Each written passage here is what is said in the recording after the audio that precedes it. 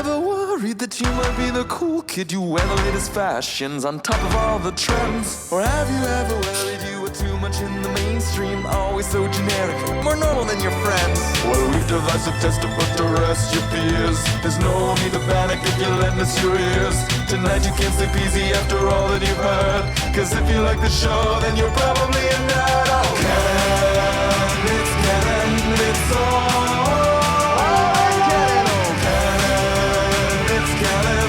Tyler, Phil, and Boris. Oh, Canon, it's Canon, it's all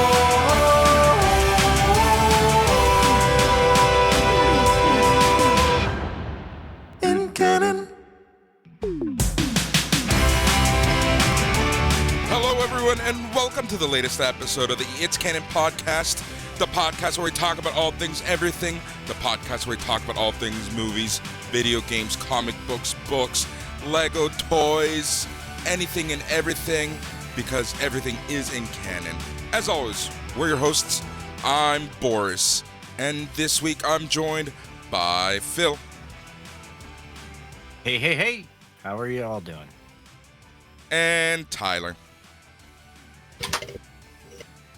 Wow. All right. Okay, let's do this. And that's how you're going to start 2021 on the show. Yeah. Look, what else is there to do at this point? Yeah. Yep, that's par for course. Par for course at this point. On this week's show, we're going to talk about bannings on social media. We're going to be talking about death threats, PS5s, and then we're going to have a little fun this week because the geek news was a little light. We're going to turn to 2020, say fuck you, and we're going to give you our best and the worst of 2020. How does that sound, guys? I like it. Oh, I like it a lot. Yeah. Oh, wow. That's what we're going to do. So this is the energy. This is the energy of the show today, guys. I'm going to get riled up. Just wait. I'm happy. You know what? It's like some kind of anniversary for the Fraggles. So it's a good day anytime we're celebrating the Fraggles. So there we go. That's my news contribution. It was confirmed again today that Apple are actually producing full-length episodes, and they purchased the entire back catalog of the Fraggles. So they will be airing that. So that kind of marks the first time that Apple TV will be kind of library accessing previous content. So it's kind of weird. Cool. That's very good. Very good for them. Yeah, what a week it's been, guys. Tyler, how's everything? Happy New Year to you. First time you're on the show in 2021. Last week you were having technical issues up the ass. So you weren't, and Yeah. PTSD. Yeah. I wish you guys could see our cams right now. I mean, look, I almost didn't want to mention it because, like, I had to do a clean wipe on a bunch of things. I had to rebuild parts of my home network from scratch, and it's all working now, but I'm, like, in that state of, like, don't question it, don't talk about it, who knows how long this will last. The guys can also notice that I've redone the layout of my office, and instead of a whiteboard that regularly has NDA stuff on it, it's now a bookshelf. That was the first thing I noticed. Yeah. Boris mentioned we might be going on to live video sometimes this year, and I was like, well, I need to do this at some point. Because I ain't erasing NDA stuff off a whiteboard when it's like, and it's not anything like nuclear codes. It'll be like the names of projects I'm working on for me organizing thoughts, which us keeping behind closed doors, you know, it is what it is. But that's not going public. I'm not that willing to implode my career. But that's the thing, right? Like, especially in today's day and age where everyone is working from home, a lot of people have whiteboards behind them, and it always makes me laugh. Like, so when, you know, I do sales now for software and companies. So when I talk to customers, seeing their whiteboards, I'm like, oh, look at that. That's funny. Yeah. So let this be a message to all our listeners. Make sure, do a scan of what your webcam picks up.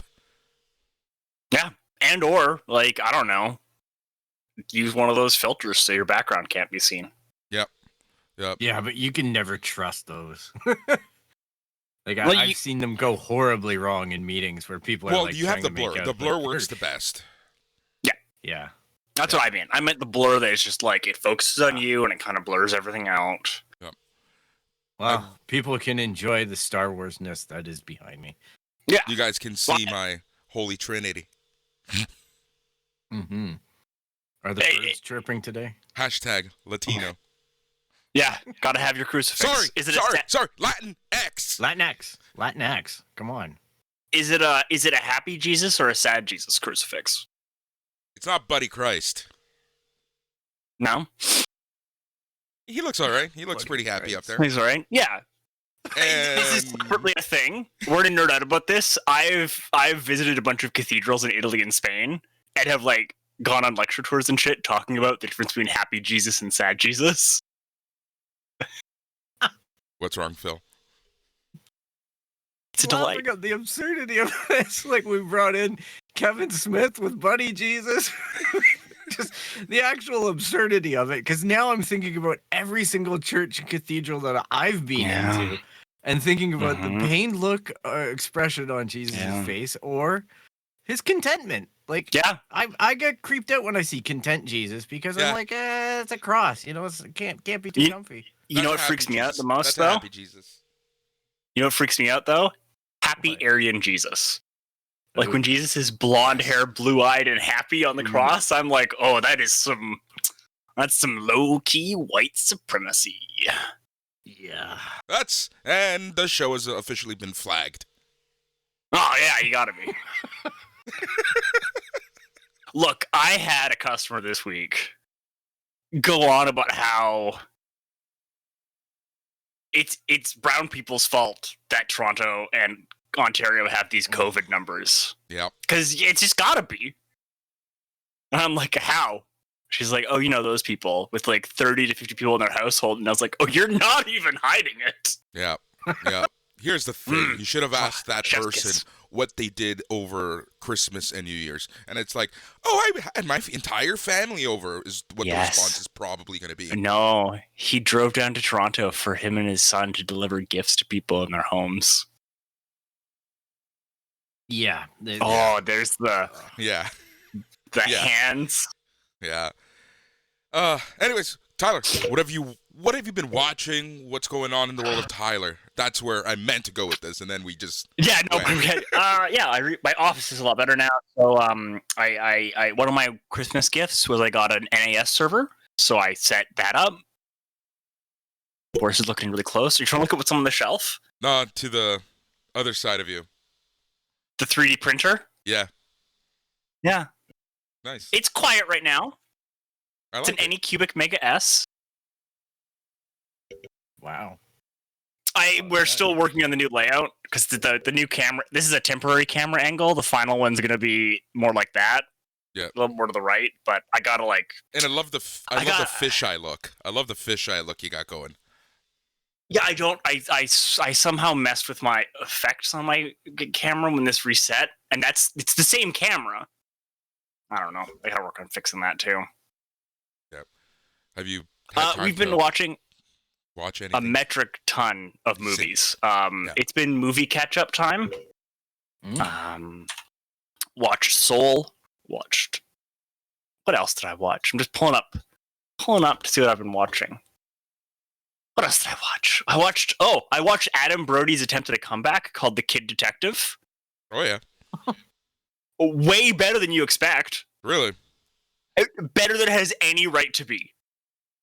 Wow. Like you go in being like, oh, this is just being a shitty like attempt at Adam Brody coming back, and all of a sudden you're like, wait a minute, Adam Brody can act. Whoever Yeah. directed this can write. Like this is just a really good movie. Also made it through another round.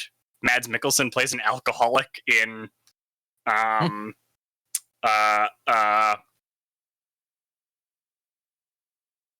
what's the country? My brain is loading the wrong words. My brain is loading Daneland and Danelaw because I've been playing too much Assassin's Creed.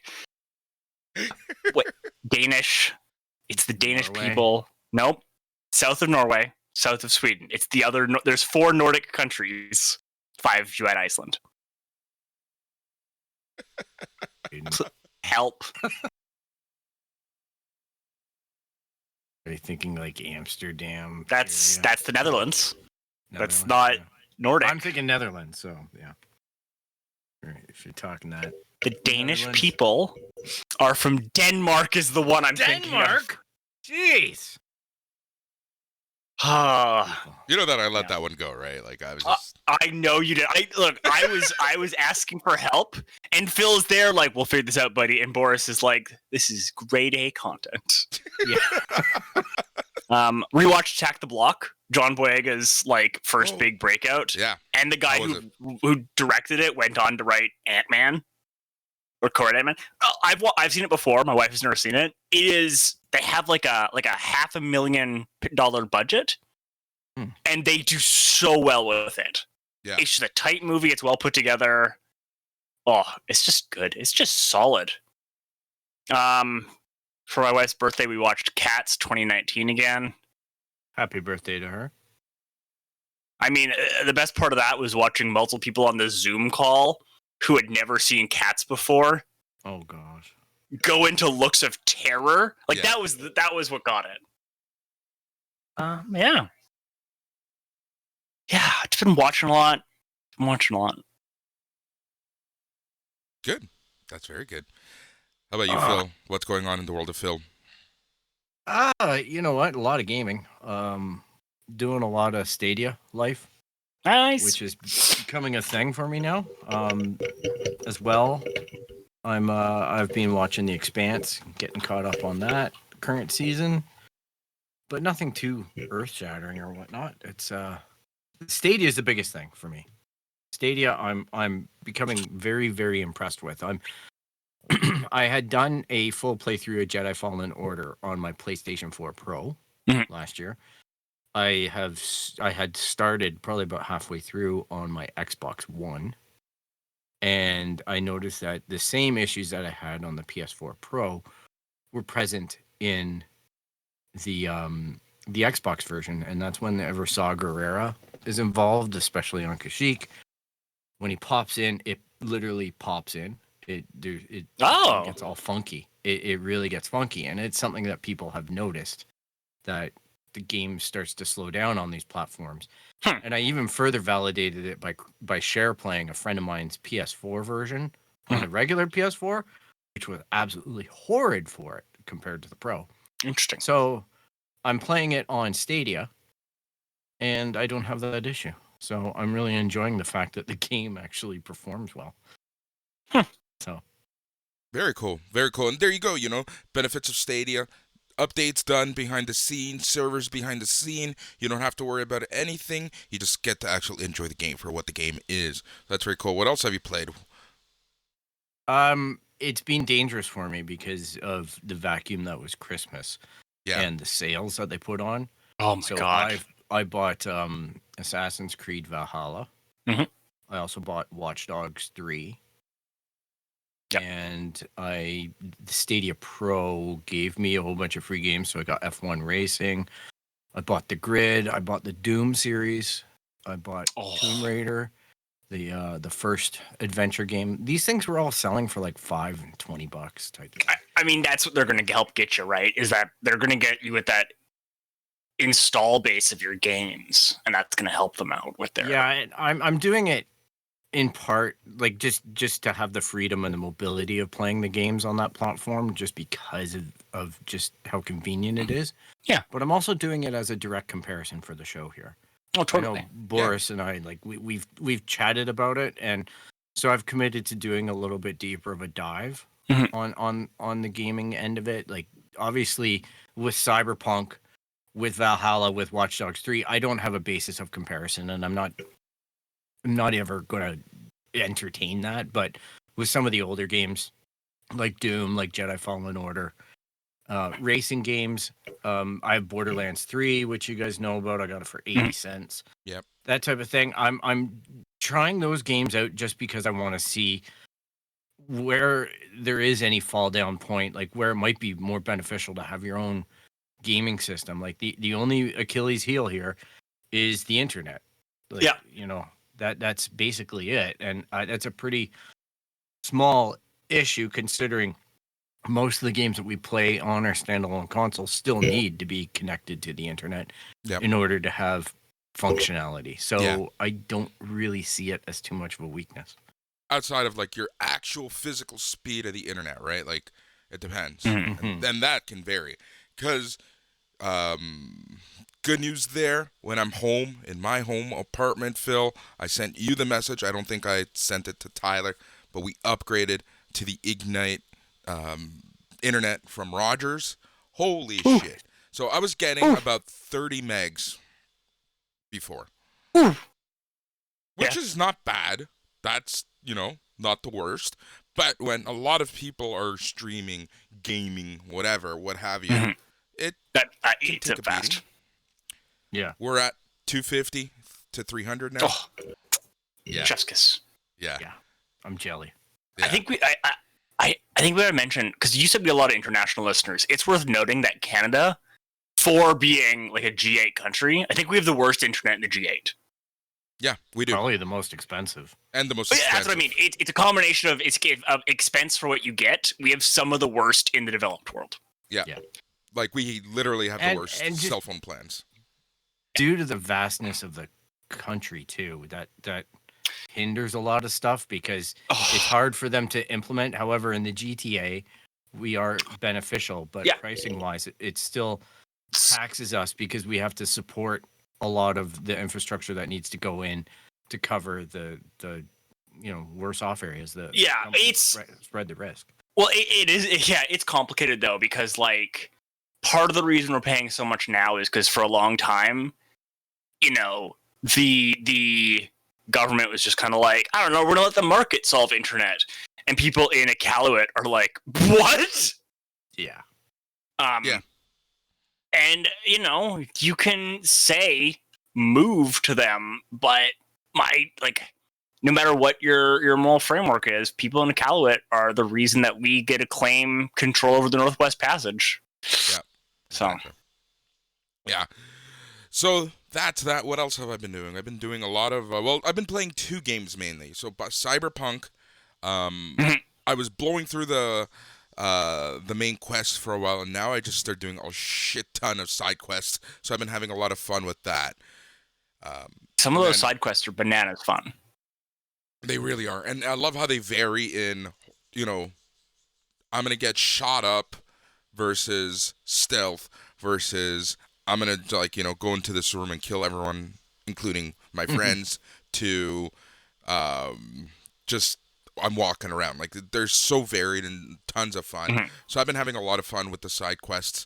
And then a game that I started and I played for a few days because it was so much fucking fun was Immortals Phoenix Rising. Yes. I have that on my Stadia as well. Yeah. Yeah.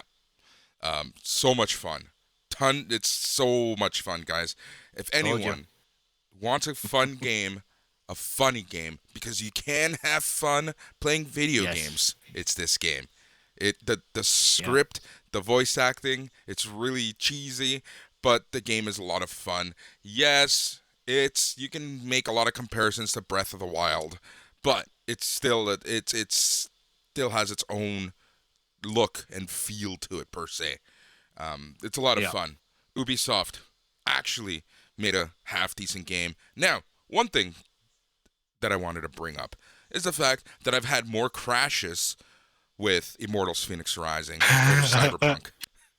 Yep. Gotta. You know what? It runs bulletproof on Stadia. Both do. I mean, look, Google's throwing so many resources at it, it looks like that it's probably just like it is crashing, and they just are throwing a new computer, just slam into it immediately, so you just don't notice. Yeah, Oh, exactly. I had a Jedi Fallen Order crash on me last night. Oh, okay. And I was like, what the hell's going on? It just kind of hung there, and then I could hear the music, and it was still playing, but I wasn't. And I'm like, so I exited out, and then I tried to play another game, and it wouldn't load. And I tried to play another game, it wouldn't load. So I just rebooted my Chromecast, and then it worked fine. Fair. Yep. So Yeah. I think the device itself had to hang, but Yeah. Yeah. That's not too bad. Yeah, and then I've been watching a ton of stuff. I've been watching way too much more than I want to admit. A good show on Netflix is the Japanese show Alice in Borderlands. If you've read the Really? manga, if you've read the manga or you watch the OVAs, you have to watch this. And if you've never heard of it, watch this. Alice in Borderlands is essentially Battle Royale meets Hunger Games meets Saw. Jeez. I don't know if that's up my alley. And this isn't a Boris, hey, Phil, watch a Riverdale thing. This is legit. Watch it. Oh gosh. No, not Riverdale. He fell for it. Did Oh, I you ever fool, fall for Phil. that? That's how he gets you. You know what? I was okay with it for like 2 or 3 episodes. I'm like, hey, man, this has got, some good looking peeps in it. And there's some story that seems kind of interesting. And then it got really teenage drama. Well, and then it gets weird, and then it's like, and then you're they just took roped over. in at that point. You're like, there's so much drama. I want to go yell at somebody, some authority figure in my life right now. But no, that's not reasonable. I'm an adult, damn it. And then it's just like, where am I getting this from? Riverdale. Riverdale made you an angsty teen again. Yes, it did. Made him want to I be listen a to- teacher again. You're Yeah, gonna look like- at. You're gonna listen to punk music and make those S8s in your Yeah. markers in your textbook. Haven't you ever found that sometimes you watch something, and this is to anyone out there, sometimes when you really get into it, you start watching something and you kind of start emulating it in some aspect of your life. Like you just get caught up in that mindset of the characters, and then you're like, hang on, I'm kind of acting off brand right now. Like, you know what I mean? Like you catch yourself in real life going, I don't want to Maybe see I how you shouldn't get act this after you upset. watch Porky's or American Yeah, Pie. I'm wondering what the hell's going on here now. oh no, that's just an afternoon in the shower and you're all good. Jesus Christ. You know I had to go for that joke. Come on. So yeah, Alice in Borderlands. It's a good show. I'll check Realistically, out I don't think you would like it too much, Phil. But yeah, Is it subtitled? it's dubbed. Okay, it's dubbed. All right, it's got something going for it. I find the subtitles are really difficult because I get distracted by the imagery and then I'm not reading what I'm supposed to read. So it just bothers me because I'm like, it's hard to be immersed in a visual thing and reading the subtitles for me. But sometimes it goes okay. Other times I'm challenged. I like dubbing. I don't know why this bit's getting me so well, but God, that's funny. Now, like, Phil, are you from Oshawa? Like, what the fuck was that? No, I'm just saying when it comes to certain types of manga, I have a difficult time with it. If it's Anime? really, yeah, like anime, like if it's something like, because traditionally I watch stuff like Ghost in the Shell, and it gets pretty heady. Like it gets into this, for me anyhow. I always like the dichotomy of merging technology into our lives or into our beings, and at what sacrifice to our soul, that type of thing. And if you look at it, and its origination in the 90s and whatnot, and just how that wasn't really a fully digested idea by that point, whereas we're at a different spot now. When you think about the context of the time, it was pretty out there, and it's difficult sometimes to read those concepts and appreciate the visuals because the visuals are so stunning. So I ended up having to, obviously on the first couple watch throughs, really pay attention to the subtitles and just contextually understand what's happening on screen. And then I can go back and rewatch the movie. But it takes 3 or 4 watches at that point before I can really take it in totality, where I can go, holy crap, I really like the artwork here. I really like this action sequence and how this fit into the story, or how they told certain subtle elements to the story. And then you also get the difference between dubbed, and sometimes you go back to the subtitles and you can have them both going at the same time and understand the original Japanese, and then how it gets interpreted into the English and the stuff missed. So then it gives me further deeper context into it. That's how nerdy I get with that kind of stuff. Like I See, really get invested in it. That's a great, yeah. No, and that I know a few other people who are in the same boat as you. So that's, yeah, I fully get it. I fully Yeah, get it. so What the the hell short is bit going is- on with the two of you? What are you guys doing? I just in my chair. Okay.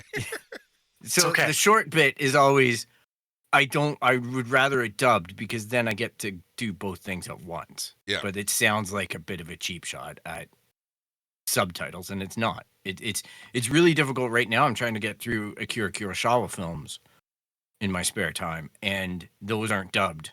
Oh god, yeah, those are not dubbed. And those are pretty Dense. like dense. Yes, that's a good word for it. So I can only take about 20 minutes at a time before I go, okay, time out. Like I Oh, gotta yeah. unplug from this because because I want to appreciate it for the cinematography more than anything. So I'm gonna make a decision, I think, at some point to just watch the movie in all Japanese and try to tune out the subtitles. Yeah. Just so I Fair. can see what that movie is visually doing. Because I don't think that there's a lot of great huge monumental dialogue going on with a 30s or 40s movie type. Some, but yeah, to Kurosawa's credit, you could probably watch most of his movies without any subtitles and get most of the plot. Which is not Yeah, like true. against the dialogue, it's just that is in many ways a Yeah. good movie. Yeah, except for Dreams, maybe. Dreams, I think you pretty much have to know what's going on because it's more short story, and it's Yeah. that's just a fascinating side story if you've ever seen the nuclear meltdown in Japan and some of the stuff that Kurosawa was getting on camera in that movie regarding that kind of Yeah. stuff. It's Yeah. So here, how's this for a segue? We're going to go from Kurosawa to, has anyone watched Bridgerton yet? My wife binged it all in 2 days. It's so I've never- fucking I've good. never even And this is heard a of Boris this. watch. And you Oh, I guys know couldn't do it. Yeah, exactly. It's a Boris watch. Well, it's very Shonda Rhimes, and I can respect Shonda Rhimes as like she's got chops. She knows what she's doing. I just have no interest in that style of storytelling.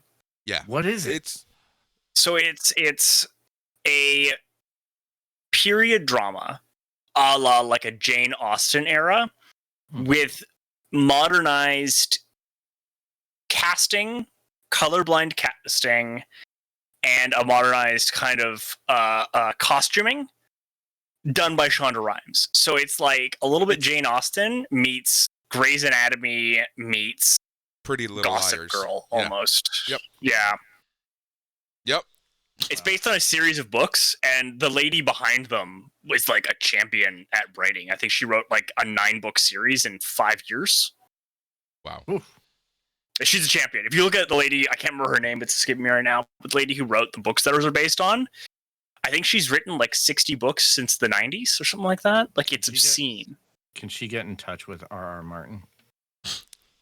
Well, look, if you mentioned it, so it gets delayed again. Oh no! And people Not that I complain about care. Cyberpunk. That's all I'm saying. Well, look, the thing that actually pisses me off more than anything is Patrick Rothfuss. Because his editor is like, it doesn't matter how I'm mad at him, but it doesn't matter. Like, nothing he can do will make me not publish it. And I'm like, well, he has no incentive. Yeah. And that's so shitty to like other writers. Yep. Yeah. For sure. Yeah, so yeah, I've been watching way too much. Like I said, way too much. This weekend I watched Escape Room 2019. That was That was a interesting. movie. Yeah, that was a thing. Like I said, Alice in Borderland. What else? Oh yeah, just a lot of different stuff. You know what's a good one? I'll throw my hat in the ring for stuff that I watched that I didn't expect it to be good, but it was fun. Was Death to 2020 on Netflix. Oh, that I was couldn't do it. hilarious. That was really? actually I did not well like That done. made me laugh my ass off. It's a parody. Great. I tried to watch it. I made it 15 minutes in, and I was like, "Oh right, this just was the worst year." All right, Yeah. well, I'm gonna go watch something actually entertaining. Yeah. Yeah, there's a little reminder of some of the real shit times, but With the fact that, like, oh yeah, we started in World War III. That's Yeah. how this Yeah. year started. Yeah. exactly. Yep. That's what made me laugh. I'm like, I fucking forgot all this stuff happened. So I'm like, speaking of people who almost incited World War III, We're going to get to the news. We don't have too much geek news because real news took over this week. But in terms of geek news, it was a little lighter. And the person who almost started World War III was in the news again because at the end of the week, President Mr. Trump was banned from Twitter and other social media platforms. So the big question, the big debate is this. Is this a violation of the First Amendment? Is that a no? Because it's a private company, so there can't be a First Amendment violation. That's exactly right there. So unless you redefine Twitter and Facebook as a public square, in which case there's still rules. Yep. I don't know. I find everyone all weekend the White House has been saying, this is the beginning of the Marxist Antifa goal of quieting anyone who speaks against them, blah, blah, blah. And then you have to remember, this is the White House press secretary saying this, complaining that the President of the United States of America doesn't have a forum to speak in. Like, she says on TV. Wrap that around your head. Yep. Like, wrap it doesn't matter. Where they're complaining that the President of the United States of America doesn't have a platform. He literally has a platform that he can walk up to at any point. Here's the thing. At the end of the day, if he does use that platform, he has media to question him. Whereas if he goes on social media, no one will question him. He can spread whatever lies he wants, etc., etc., etc. Anyways, that's on the surface of things. We're gonna, one thing that I really like about this triage of people is the fact that we kind of get a little deeper into the news. So, on the face of things, yes, this is not a violation to your First Amendment. We can debate whether this is a slippery slope all we want, but at the end of the day, these companies have the power to do as they want, as they say. If you can get banned for showing titties, if you can get banned for going on certain rants, it's up to these platforms to have that final say.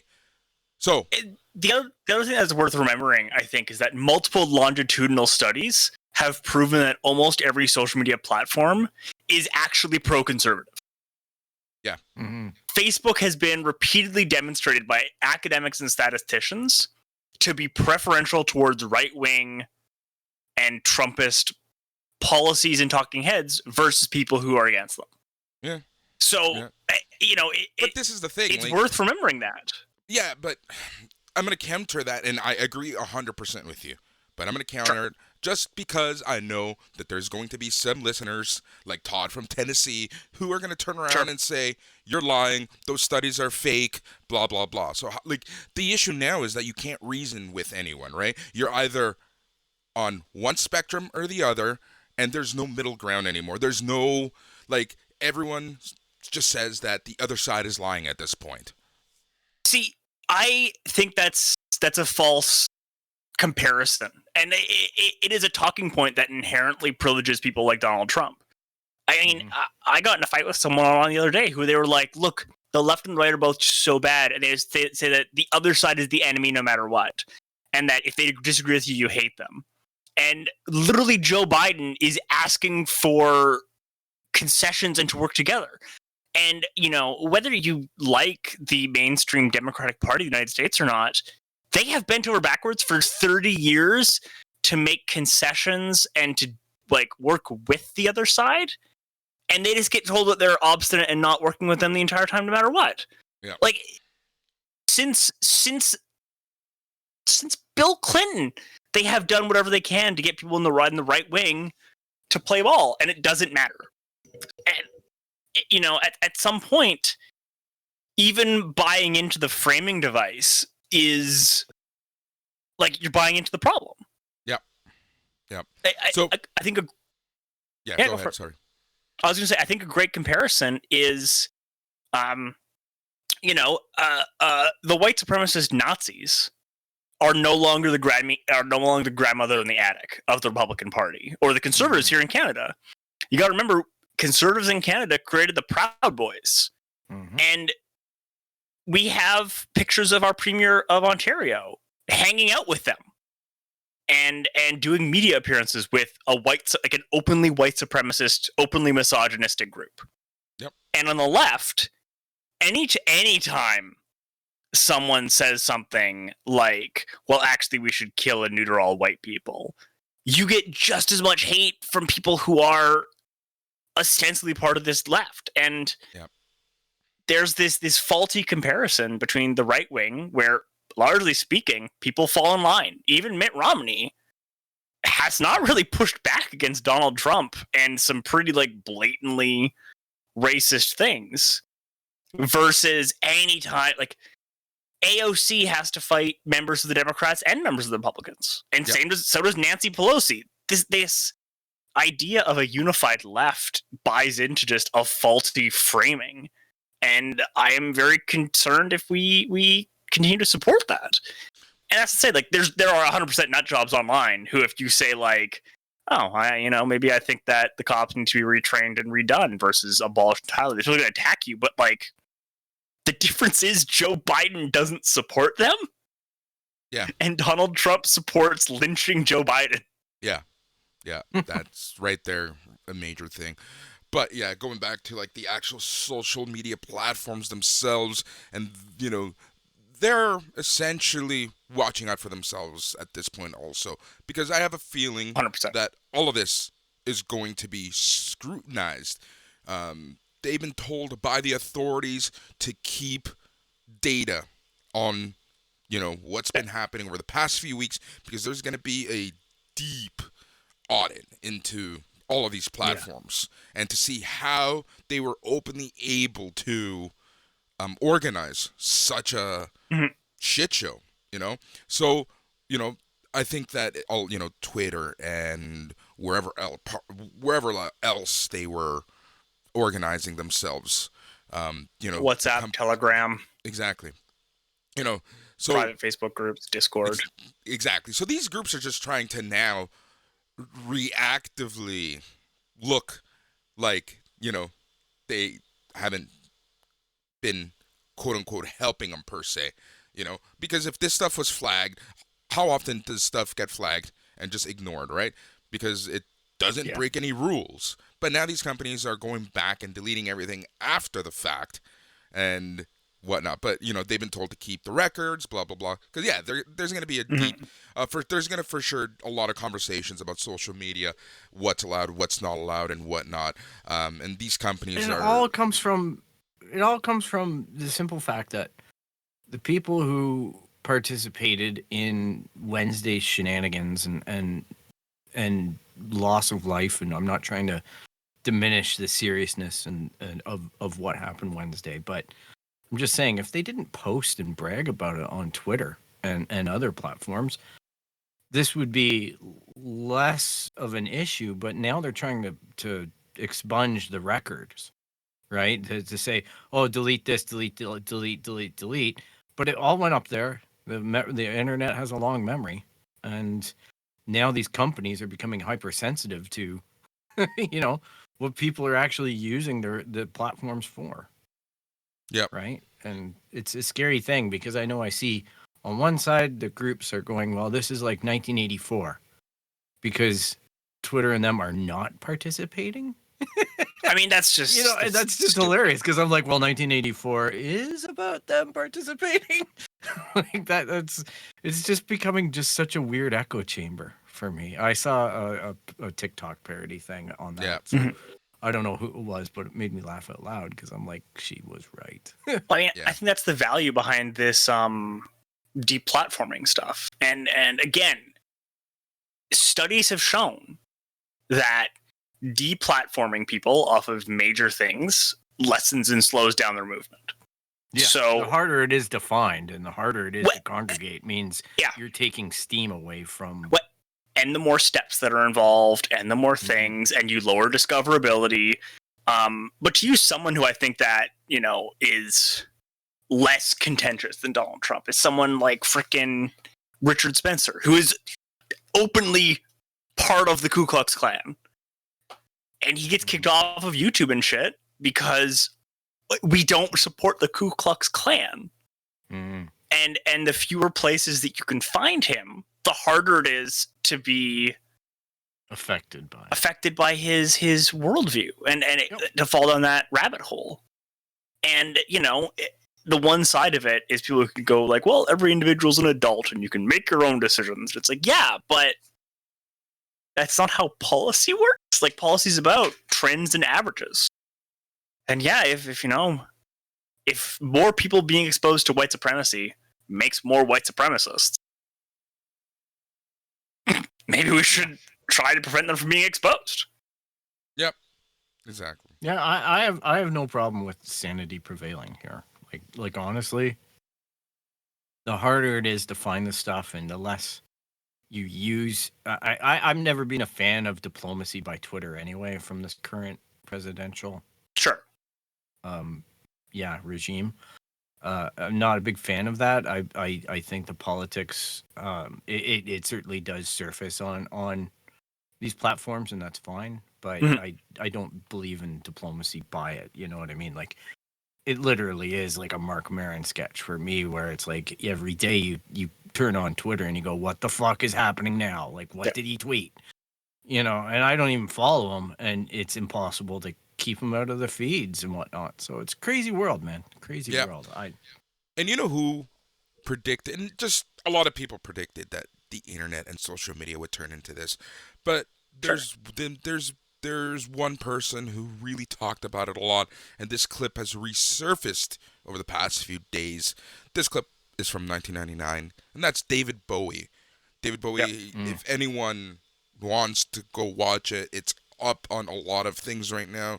Just check it up. Social media, David Bowie, 1999.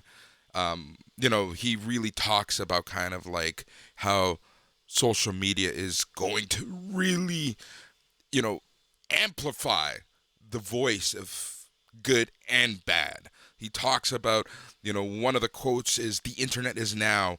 It carries the flag of being subversive and possibly rebellious, chaotic, nihilistic." Yep. You know, like, well, yeah, this is 1999. And the interviewer laughed when he said that. Sure. Well, even before that, though, you can look at, what is it, Orson Scott Card in Ender's Game. He pretty much effectively predicted the use of propaganda, like the internet as a propaganda tool, before even anyone conceived of the internet. Right? Yep. Like, sci-fi's been doing it on a great level. I'm pretty sure a guy like David Bowie would read something like that and be able to extrapolate what he did in '99 from the unfortunate thing with sci-fi is that oftentimes sci-fi takes a look at what is the worst case scenario of something. And the fact that we are not only reaching those levels, but going beyond it. Hold my beer. Just goes to show you just how weird society is. You know, and it's just like, yeah, the internet is a very scary place, and we can have this debate for hours and days and weeks and months and years, and, you know, what should be allowed, what shouldn't be allowed on the internet. But, you know, there have been wars fought for much less. There have literally been wars fought to define what the moral compass of humanity good versus bad is. So how about we I'll just put this out there, all right? Like, here's my thought in hearing all this. It's just like, because 2020 is what it is, we're all working from home in some capacity, unless you're an essential worker or you're in one of the jobs where you need to physically go to work. But we all have a greater reliance on the internet now. We all have isolation and lockdown syndromes emerging. I think that is part of what's amplified all this as well. I just think that it plays into the solution and the problem both at the same time. You know, seeing how important the internet is, and then seeing the fragility of it giving fertilization to such extreme ideas and whatnot, makes you even more sensitive to it. I don't know. Just for me. Yeah. I just find that I'm in a really raw emotional place, a Mhm. lot more than I ever have been in my life due to the effects of this past year. Oh yeah, Yeah, for 100%. Yeah. That's why I turned to beer, the cause of and solution to life's problems. All right, so that's that. Here's the thing. There's certain things that happen in the week that we can't ignore, and that was one of them. So that was that. Sorry to get Um, real and heavy on everybody, but it needed to be at least talked about. And I was a big proponent of at least bringing it up because we've talked about the potential bans on TikTok and other politically imposed social media stuff in the past year. So fair being fair, and it's not to out anybody on, any particular political feeling, but I don't think, a lot of the groups that we discussed in that roundup, I don't really care for anyway. yeah. Yeah. All right. So, those that company that was selling the black plates for this PS5? Yeah. Well, that got canceled, and they've returned all orders, all money that from people who have ordered it, because they were sold out quickly, and people started sending death threats to the company. God damn it! What the? This is why we What's can't have wrong nice with people? things. I mean, weirdly enough, this ties into the first one, right? Because I think these both come from the same poison seed of how libertarian the early days of the internet were. Yeah. Of it was like these no regulations, no rules, nothing, and now it's like impossible to impose those rules. Well, we could have put stuff in back then much easier.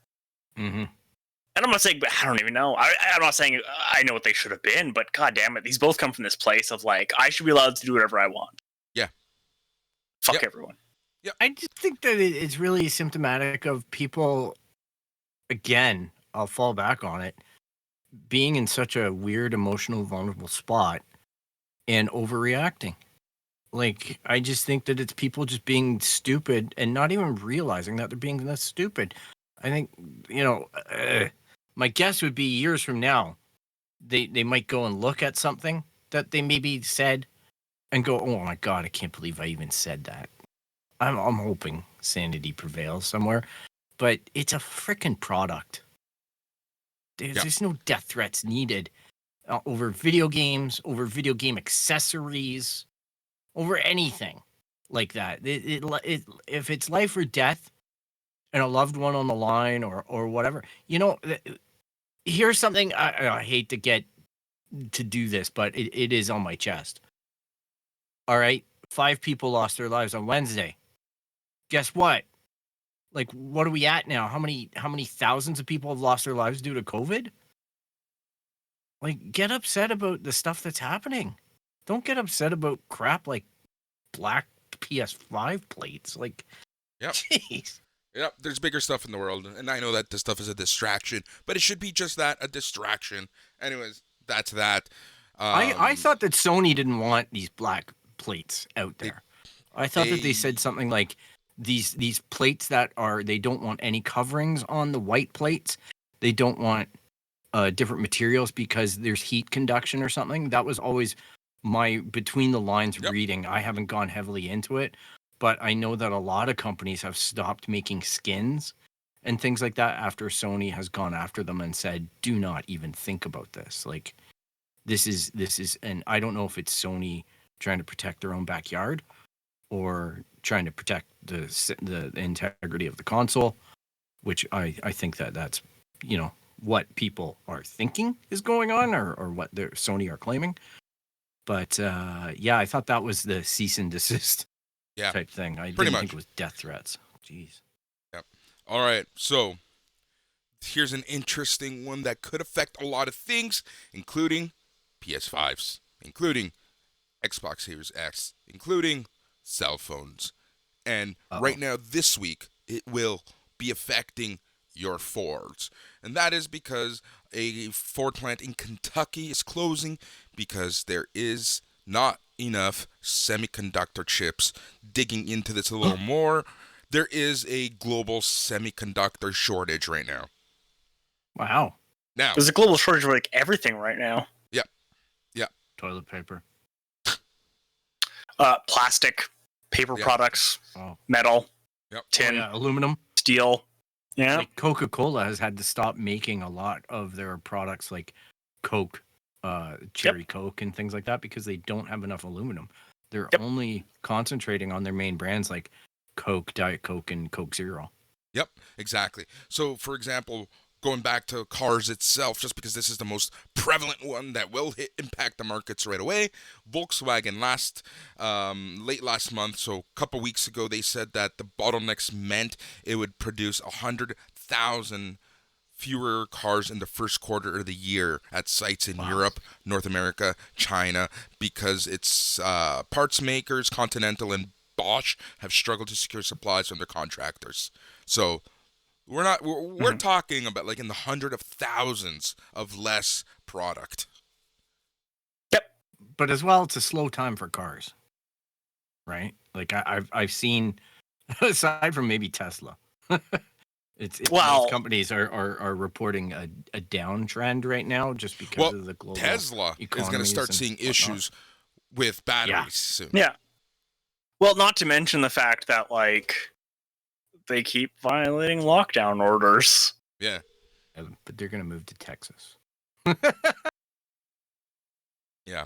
It's just a weird thing. I know that there's new technology as well with batteries where companies, and I forget, I didn't source this, so forgive me if I'm speaking out of my ass, but I know that I've seen some of the new up and coming companies basically saying that they're going to be able to trounce Tesla on the battery life. And yeah, I mean, a bunch of them. It's going to be an interesting like marketplace when those products get to market. Yeah, I mean, a lot of, I don't know if we want to do a Tesla section. There's a lot going on in that space. Yeah, there is. Nissan and Honda also said that they will be cutting production all around the world. Yeah, so semiconductors. The fact that it's not reaching, like, I know it's touched a lot of other stuff, but now it's reaching semiconductors. You know, semiconductors, you need certain materials for. If you don't have the materials, you're not going to get semiconductors, and every electronic that you own is made with a semiconductor. So, yeah, I think over the next few months, we're going to be seeing a lot of changes. I can see prices going up. Yeah, this is something that for sure we're going to be following for many reasons, but you're starting to see Elon Musk make semiconductors?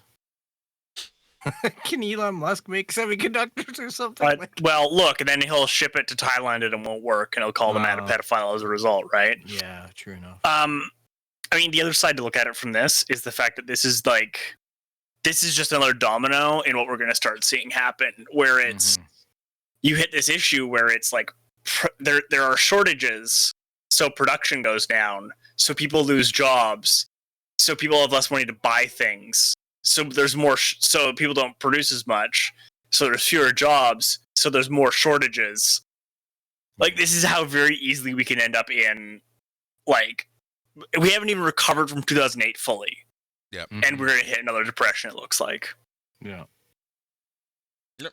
Oh, yeah. Well, who would have called that, right? Like a global pandemic causing potential worldwide depression? Like, but guys, this is the stuff of horror movies from sci-fi, like we were talking about. But with the little money that you do have, you can go on DraftKings and you can start betting on drone races. Well, and Marble League. Yeah.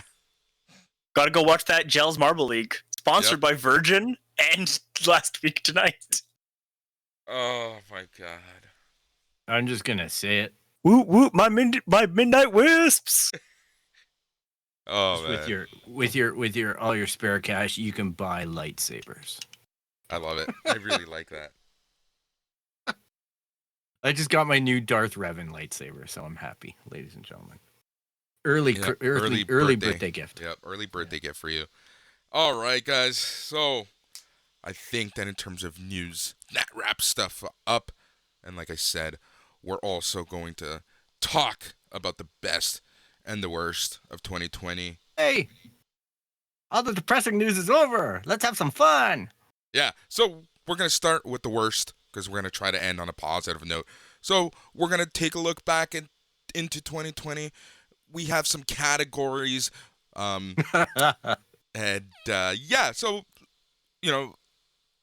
this list for worst was so much easier to compile than the best. Oh yeah.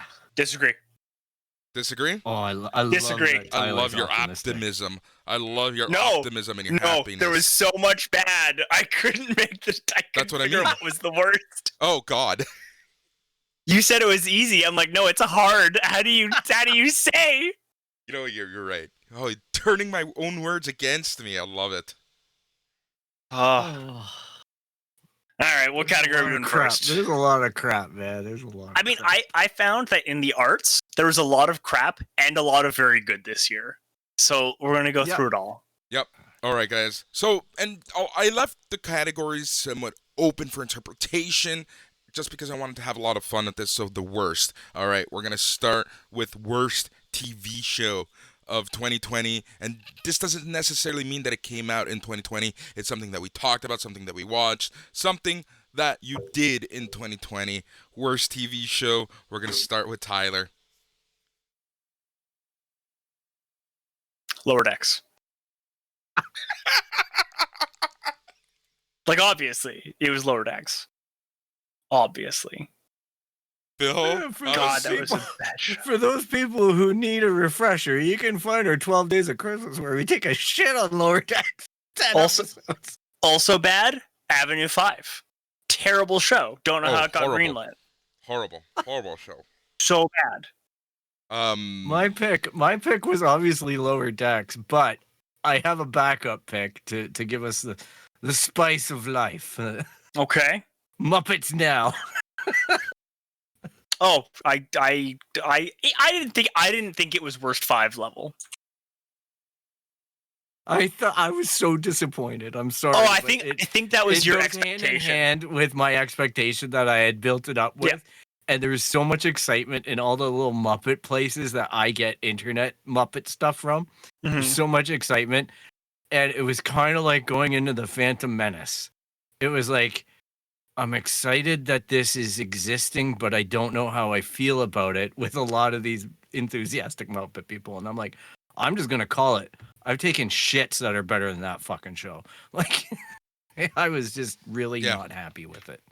You know what's actually hilarious? Like, the lack of complete story and everything about it. The fact that it was Twitter 5-minute segments stitched together loosely into a show bugged me. Yeah. Oh. You know what's so funny? These I'm gonna go with my third pick because my other two were Lower Decks and Muppets Now. Mm-hmm. So for me, it was Space Force. That was also on my list for Steve worst. Carell. Oh my God, was it so bad? Oh, I thought that was good. I enjoyed that very much. I did not. Are we talking about the same Could show? we also? Yeah, Space Force with Steve Carell, right? Like Yeah. the one on Netflix. Yeah. I liked it because it annoyed Trump. John Malkovich was in it. Come on, like there's some stuff John Malkovich is not known for necessarily picking good roles. Yeah. Oh, I know. I just Well, a enjoyed- talented actor, sometimes he makes decisions. Yeah, well, I thought it was fine. I was going through a phase where I'm like, this is kind of funny. I do want to also have an honorable mention for like the Q1, Q2 shit show of reality television we got. Tiger Whether King. it was Too Hot to Handle, Tiger King, What's that? Labor blind, of Love. What's the one? The dating blind dating. What's that one? Oh, the shit. one from Netflix. Dating in the dark. What the fuck was it? Love is Blind. Something like that. Love is Blind, that's the one. Look, there were so many. What about There was also the that, floor is like- lava? Hey, to be honest, Fuck you. The Floor of Lava Floor was so close to being great. so was Love is Blind. No, it was not close. Look, what's your greatest character flaw? The fact that I'm over 30? Oh no. Oh no. Dude, I watched Love Oh, is Blind God. after the season aired, and I literally watched that in like one day. Oh. I loved every Even, second like, of it.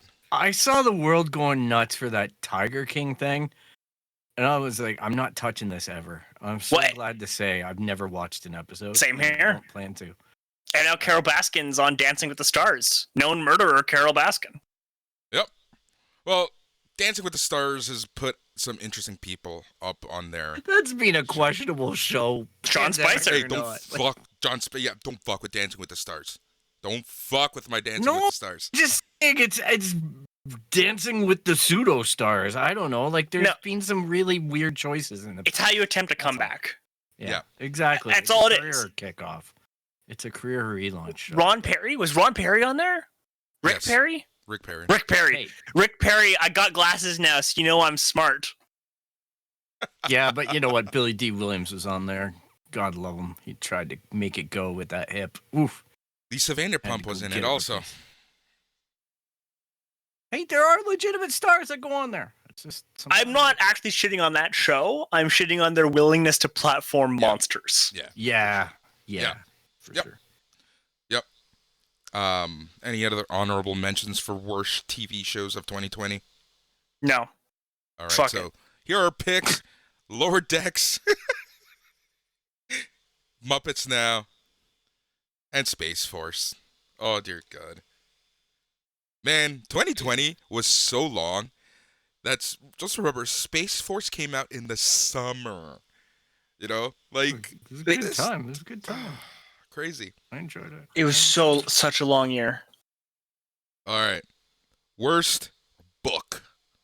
And this can be a comic, graphic Oh. novel, pamphlet, whatever. Tyler. Whatever the fuck Donald Trump Jr. is writing next. There's this entire fucking industry of just sharing lies. And I don't get it.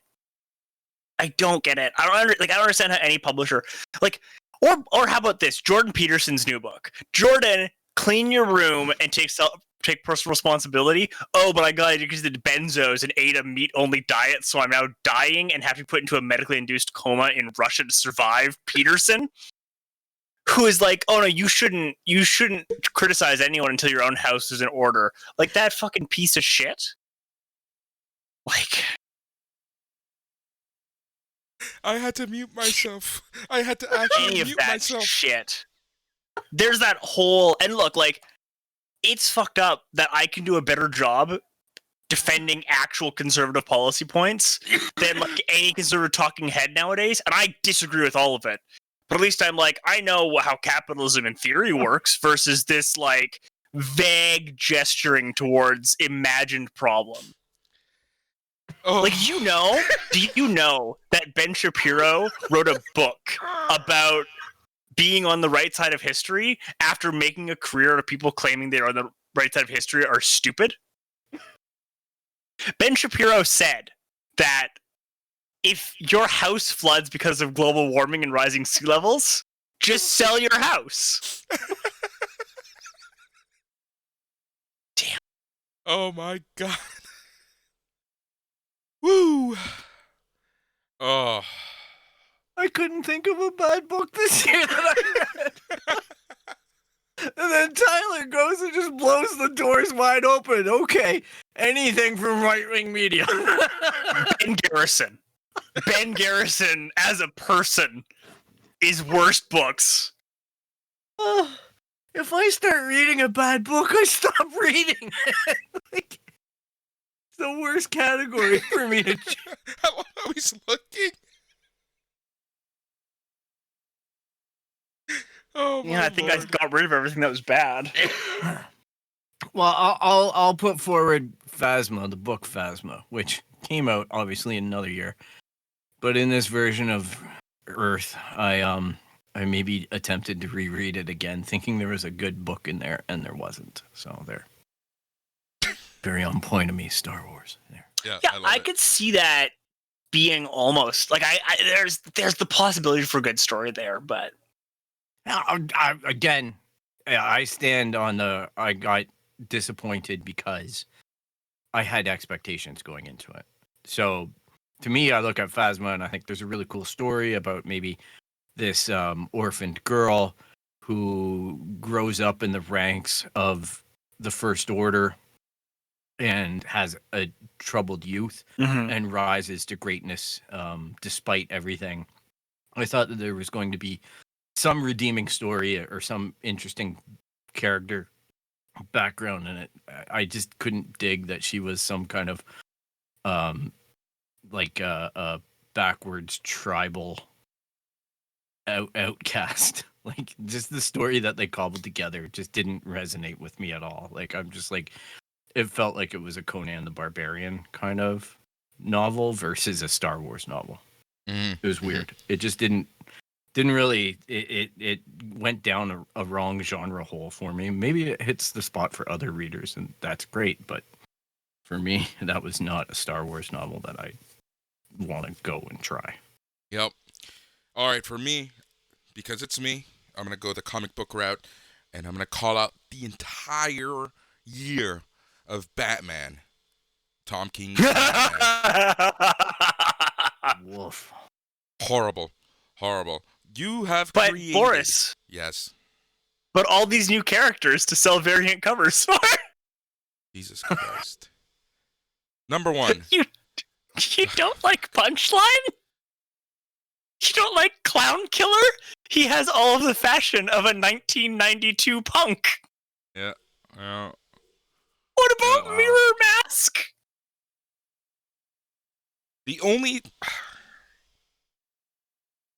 like, The Joker was 3 Jokers.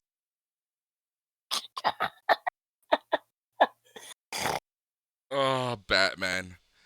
You know, it feels like so long ago Batman was like the best comic out there with the Capullo Snyder run.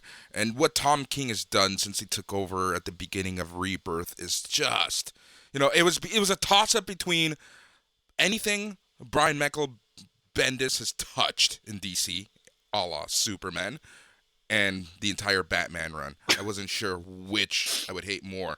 But then, you know, like, it was just so bad this year of Batman. Like, you've created this emo, yes, your parents are dead, but dude, go to a therapist. Like, get some help. Like, they've turned him into this, like, sobbering shadow of himself. Then you add the fact that he was stood up by Catwoman. So now he's heartbroken. It's like, fuck. Dude, just move forward. Well, also, like, they couldn't even commit to, like, the wedding. They built that up so much, then they didn't get married, which is, like, maximum And then comics and, like, their inability to actually have any real change or anything meaningful happen. they get back together essentially a few months later. Well, yeah, they got it. Because that's honestly, I feel like I'm back in the early 90s with comic books. And this is both DC and Marvel. I'd fight you on some Marvel titles. Some Marvel, some these. Sorry, there's what's good in comics right now is really fucking good. What's bad in comics? Although a lot of right that's now is Image. really fucking bad. What, the good? Yeah. Oh, I'd say 85% of good comes from Image. There's some real good stuff out of Marvel right now, but it's less. Donny Cates is solid, but we're seeing what happens in comics all the time of someone then then no one can say no to the person who's on their way up, right? Yep. You guys saw this week, I found the box, my long box of comics. Yeah. So I was very well reintroduced to 90s comics this week. Yeah, they're not good. Especially the back covers with Yeah, Batman. they're really not Returns, good. Bill and Ted's. Yeah. And those were all in the back of Sandman. So the Sandmans were good. Yeah, Sandman's But were man, good. Boris called me out. He's just like, Jesus, dude. Like, there's so many of those issues floating around. I'm like, yeah, I know. Like the X-Force I've got number X-Force. one. Yeah, Oh, X-Force God. number one. I've got like X-Men 6 number 1. sealed. Like Jim Lee, Yeah. X-Men number 1, that X-Force. Like, everyone that's has hilarious. one. Spawn number 1, everyone has one. That But, yeah. Gaiman run though is worth so much money. Yeah. Yeah, I'm surprised. I have issue 12, 13, and then 19 all the way to 60 or 59. Yeah, so 12's like $15. Yeah, 12 and 13 are cheap, but then 19, I don't know what the hell happened. There's an error, depending if you get the error or not. Gotcha. Same with number 18 has an error that's worth like 8 times the whatever. Yeah, it's That's crazy. hilarious. All of Yeah. mine, I don't know which versions I have, but I know that I have first printings because that was the thing that I would go and buy every week because I was underage. I don't think. I had to work a deal in Yeah. order to get the comic books. So I don't think there were second printings of a lot of those first Sandmans. probably There were not. no. I think that they're all in like graphic novel form. Yeah, well, that doesn't count. That's the we're in the comic. Yeah. Yeah, I'm looking at Comic Book Realm, and they're saying only issue 75 got a second print, actually. Wow. Yeah. Yeah, I stopped at 59. I was just like, I'm out. It got all weird. I have Children's Crusade, Books of Magic, Kid Eternity. Like I chased a rabbit. Yeah. There's like a lot of garbage.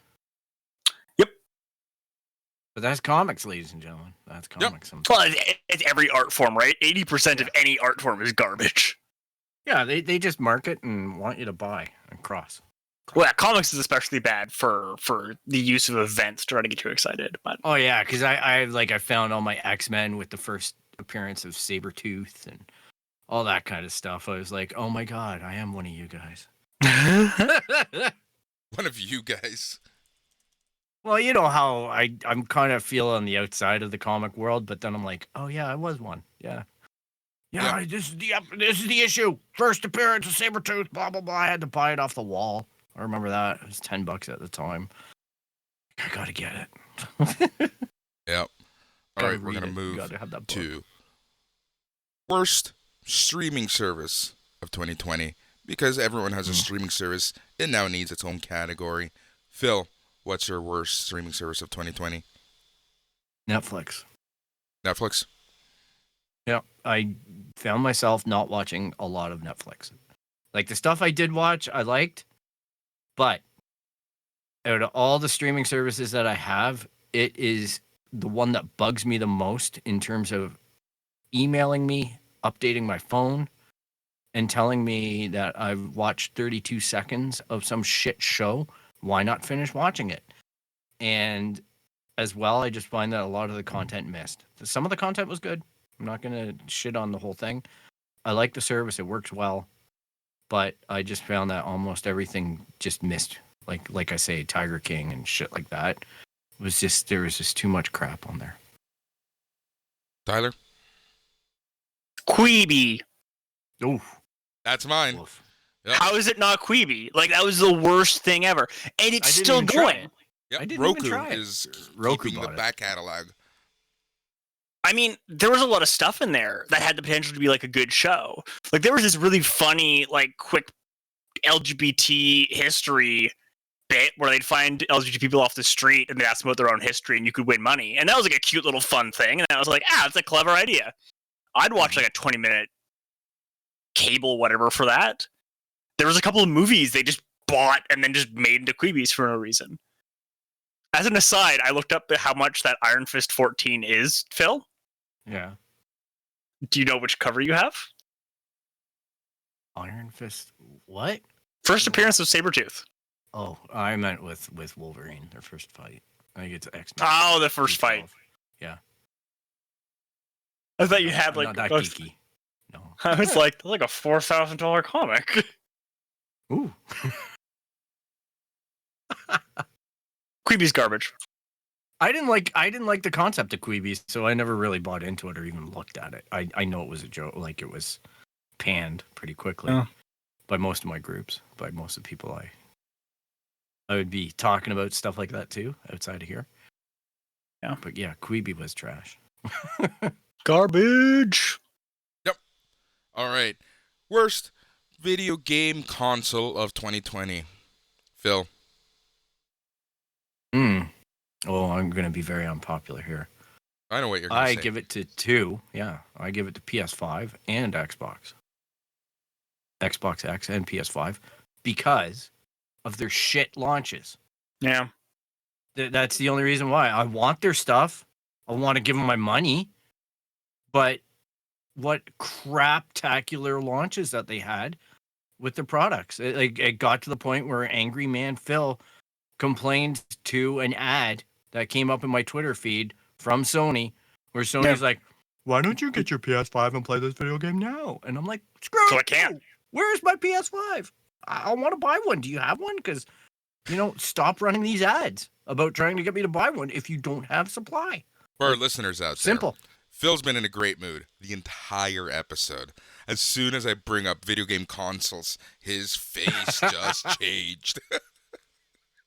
Oh, it's just frustrating. Just frustrating. Yeah, like, no, for sure. Whatever. It happens. It's not really their fault.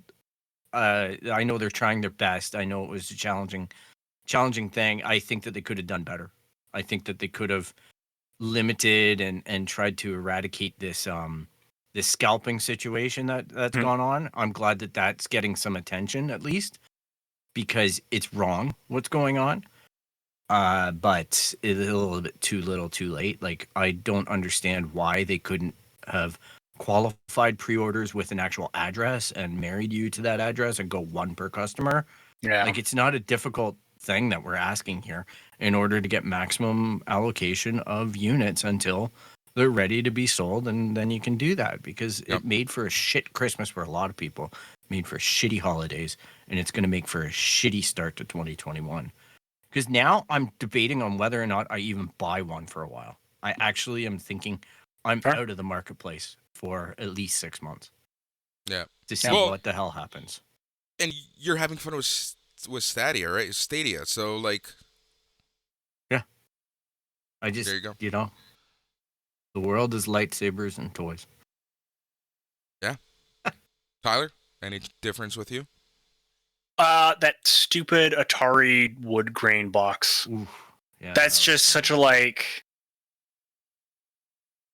That's just such a stupid we're gonna make money off of nostalgia and not really offer a product. Yeah, it's raw Linux. Like the games are just the basic Linux games. People are complaining where they're like, these aren't even Atari versions of things. These aren't. Yeah, I could have.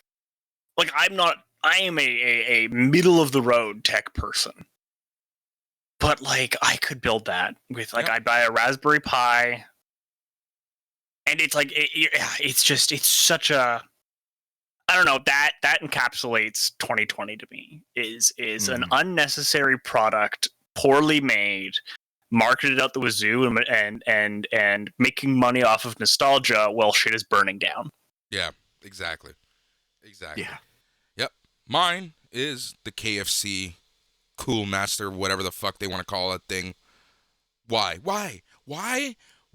Same to Tyler's points. Why would you invest any money in R&D, and even for a joke? Why would you do that when people are literally losing their jobs left, right, and center? It's so dumb. Yeah. I think they could have gotten as much marketing, because it's a marketing move, right? And it's just and it's a funny bit. I think they would have made as much money off their marketing doing any sort of related charity thing. Exactly. Mm-hmm. Could you? Could you imagine? You got to tweet your best mean jokes about politicians to KFC, and if we like it, we're just gonna send you a chicken or fucking 5-piece meal or whatever. Yeah, there's so many other things they could have done. So just for being their shitty, angsty brand. In the KFC next gen console's defense, it warms chicken. Next category. I'm just saying, it's got a video game built into it. Worst video game of 2020. Tyler, you can go first. See, this is what I'm talking about. This is where it's hard, because there's a lot of garbage here. However, on moral grounds, I have settled on Baldur's Gate 3, because this is a AAA studio with a AAA game that just said, fuck you, you're gonna test it for us. Yeah. I know, I see it for sale on Stadia for $80, and I'm like, do I go for it? Tyler seems to be really excited about this. I am excited about the game, but you can play less than a third of it, and it's not done testing. It's a AAA studio with a AAA property who's just oh yeah, you're just going to do testing for us, and you're going to like it. You piece of shit.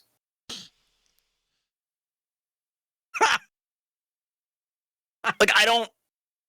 To me, this is actually worse than a company releasing a buggy game by accident. Right. Yeah. Because this is just, we don't want to spend resources on professional testers. Right. Like, So instead, you're going to test it, and you're going to write reports for us, and you're going to do it because you want this brand, and fuck you. I had no idea that this was going on. I just saw it and thought, oh, it's like it does say that it's a beta release. Yep. So I thought the game is largely done, and you're No. just basically buying the final product and getting a beta along the way. But this sounds pretty bad. That's what it is. And here's the thing, and I know this is like... This is more acceptable when a small studio does it, because a lot of time it's from a Kickstarter, and that's the fucking deal. Yeah. Or they're upfront and they need this money. And I'm not saying there should be laws against them doing it. It's just I think it's morally wrong. I think it's morally wrong to have the amount of money they do, to have a super successful game series. Yeah. And just I don't know. I already don't love like your fans beta testing your game for free. Yeah. When you're an indie studio. You get a little bit different for me when it's like a Factorio, where they're actually helping by figuring out what the game needs, aside from just bug finding. But when your fans have no real input into what you do, yeah, you're just doing it for the fake community. Yeah. Interesting. I get it. Boris? All right. This one is just, I never got it. Don't want to get it. Don't want its existence. And that's Animal Crossing. But it made it to worst for you. That's surprising. It's horrible. He does not like it. But its existence bothers me. Okay. Got a long existence. It's multi-platform. It's been around for a while. Phil? Weird thing to park your That is the hill I'm dying on. Fuck Animal Crossing. All right, Tom Nook is not happy. All right, my choice for worst video game is The Avengers. What a steaming pile of shit for a lot of the internet. I know the single player was possibly okay, but it's not going to get my $79.99 or whatever the hell. Oh no! When I see that on deep discount sale for $5, or it's free for the month, I will go through and play said single player. But until then, they can rot on that one, because it looked like they fooled the world and tried to sell a steaming pile of shit and tell everybody it's candy. Yep. Yeah. So I'm calling them out. Square Enix, I guess, was the ones who made that. I'm just calling out the whole existence of that show or that game, and how they even cheaped out on the idea of properly marketing it to like the Marvel characters that people are basically experiencing that through, and that would be the on-screen people, like having resemblance to them. But no, they decided to just stick with their interpretation, and Oh, I push back on that one. They actually couldn't. Okay. So having done IP work, a lot of the times the person involved will have weird oversight. So, for example, I did some work on one of the Buffy the Vampire Slayer board games, and you had to get every single actor to sign off on all character art and character mechanics for each of their characters. Ah. So it's an IP nightmare. Yeah. And versus Marvel saying, "Run with it, do your own thing." It can't be like the people from the movies. I just look at it and I go, you know what? It's done in Star Wars all the time. It's done with a whole bunch of other stuff, and it's Disney. There could have been something that could have happened, but I'm pretty sure they just didn't want to pony up the cash on it. It's done in Star Wars because a lot of those people signed away their rights. True enough. Right? Yeah. Star Wars. And or Star Wars is notorious for not paying people who had their rights still. So I guess my thing is like, I'd rather that's- following the rules. Yeah, that's a Alan- whole other Alan- issue that we've talked about. Not to defend the that we'll game. talk about. I actually take the opposite criticism than you, Phil, of I thought they were too milk toast in not doing their own thing. And I thought they should have just been like, nah, we're just going to go whole hog. We're going to have Tony be just literally an alcoholic. Just running around, drunk as a skunk flying the suit. To be fair, I didn't play it because it looked so bad. It just got killed on everything. You know, that I was paying attention to, so I didn't play it. Maybe if I played it, I would have a better take on it, but Fair. that had stink lines all over it for me. So Well, it was not great. Yeah. All right. Yeah. All right. Worst toy / collectible, whatever, what have you, of 2020. Tyler?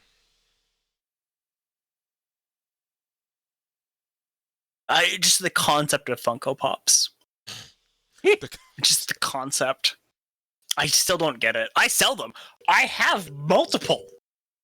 And I don't get it. weird. I don't know. It is a weird thing. I have multiple, as you can see. What started out for me was let's collect stormtroopers turned into, oh well, let's just get the Mandalorian series.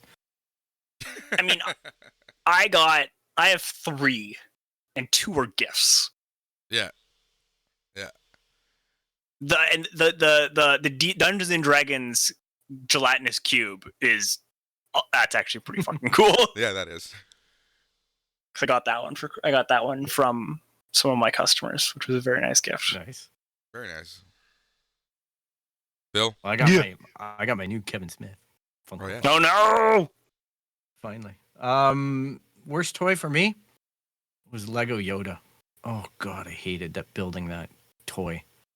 I hated it. Was that the weird one where you had to have like the vertical flat ones for his face? Yeah, it's the one where he's got the lightsaber and he's got the weird eyes that can get all angular and whatnot that people get freaked out about. Oh, I'm thinking of a different one. Oh god, that's terrifying.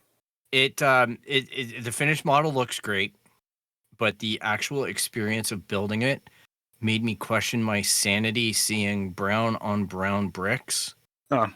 And then the tan bricks actually affected my perception of the world for a while, and I had to rebuild it like 3 times because I couldn't contextually lay it out as per. It started flipping my brain. It was messing with me. It really was an unpleasant build. It made me stop building Lego for 6 months of this year because I told myself that I wasn't allowed to build another set until I finished Yoda. Okay. And every time I sat down to do Yoda, I wanted to hit things. So it was not a fun, enjoyable build, but the sense of accomplishment when it was done made it worth it. You know what I love? So- I love the fact that just last week on the last episode, you were talking about how therapeutic it is to build Lego. Yep.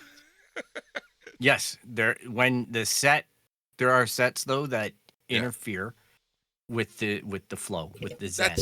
And that makes the of experience the that much thing. worse, right? Like, because it's not a Yeah, therapeutic session.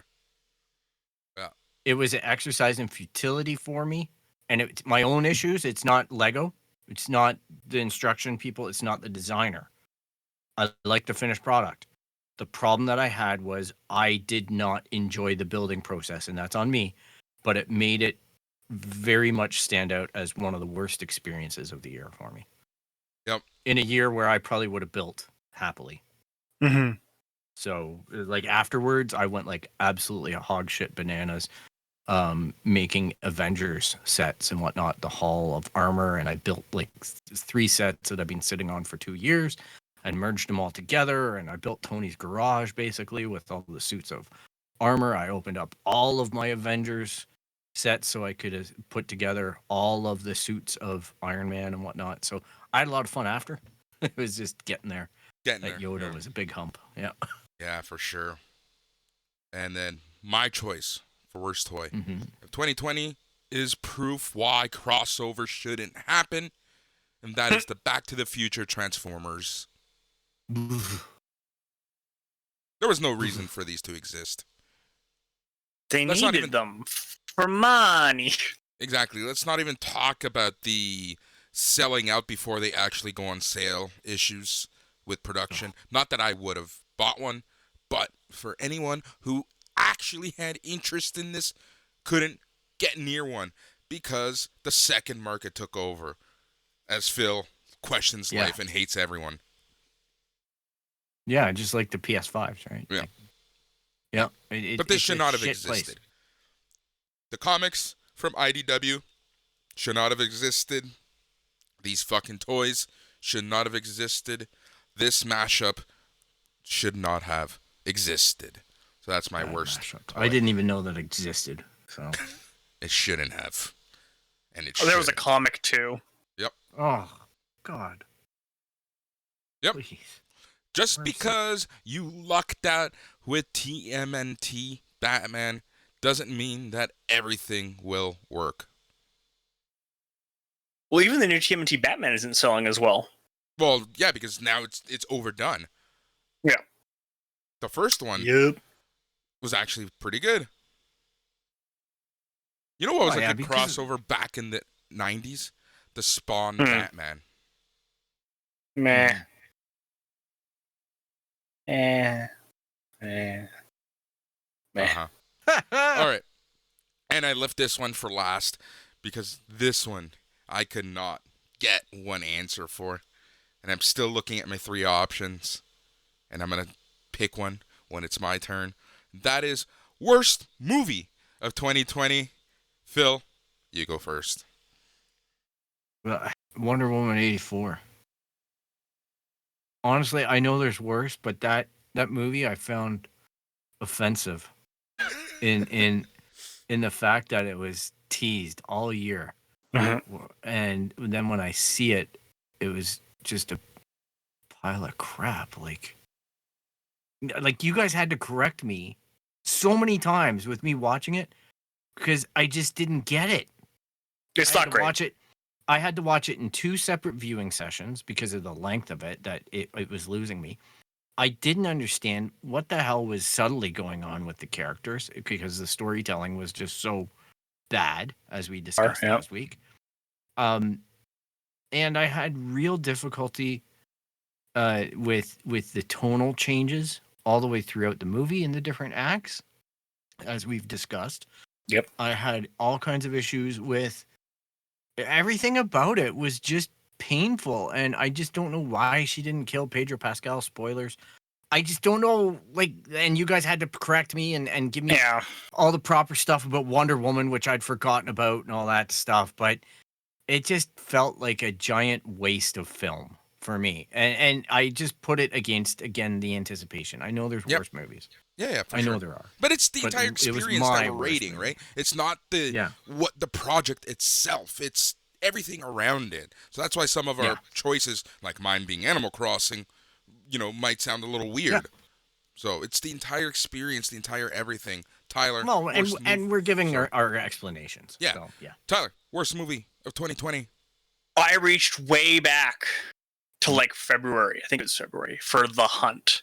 Oh, yeah. This was the stupidest movie I've ever seen. So it advertised itself as it was it was too edgy and racy and out there, and it was gonna upset people, and that's how you knew it was good. And instead, it was just a really shitty, lazy criticism of the far right and the far left, and kind of also a criticism of the medium left. But then was but conservative realism is where it's at. And it was just lazy and shitty. And in an era now, especially now where we have conspiracy theories are literally rocking the foundations of democracy. This movie to be about how stupid do you have to be to buy into conspiracy theories, and people don't actually buy into it if they're at all intelligent, was just Yeah. That is a very Tyler movie. Yeah, exactly. It's not. It's so bad.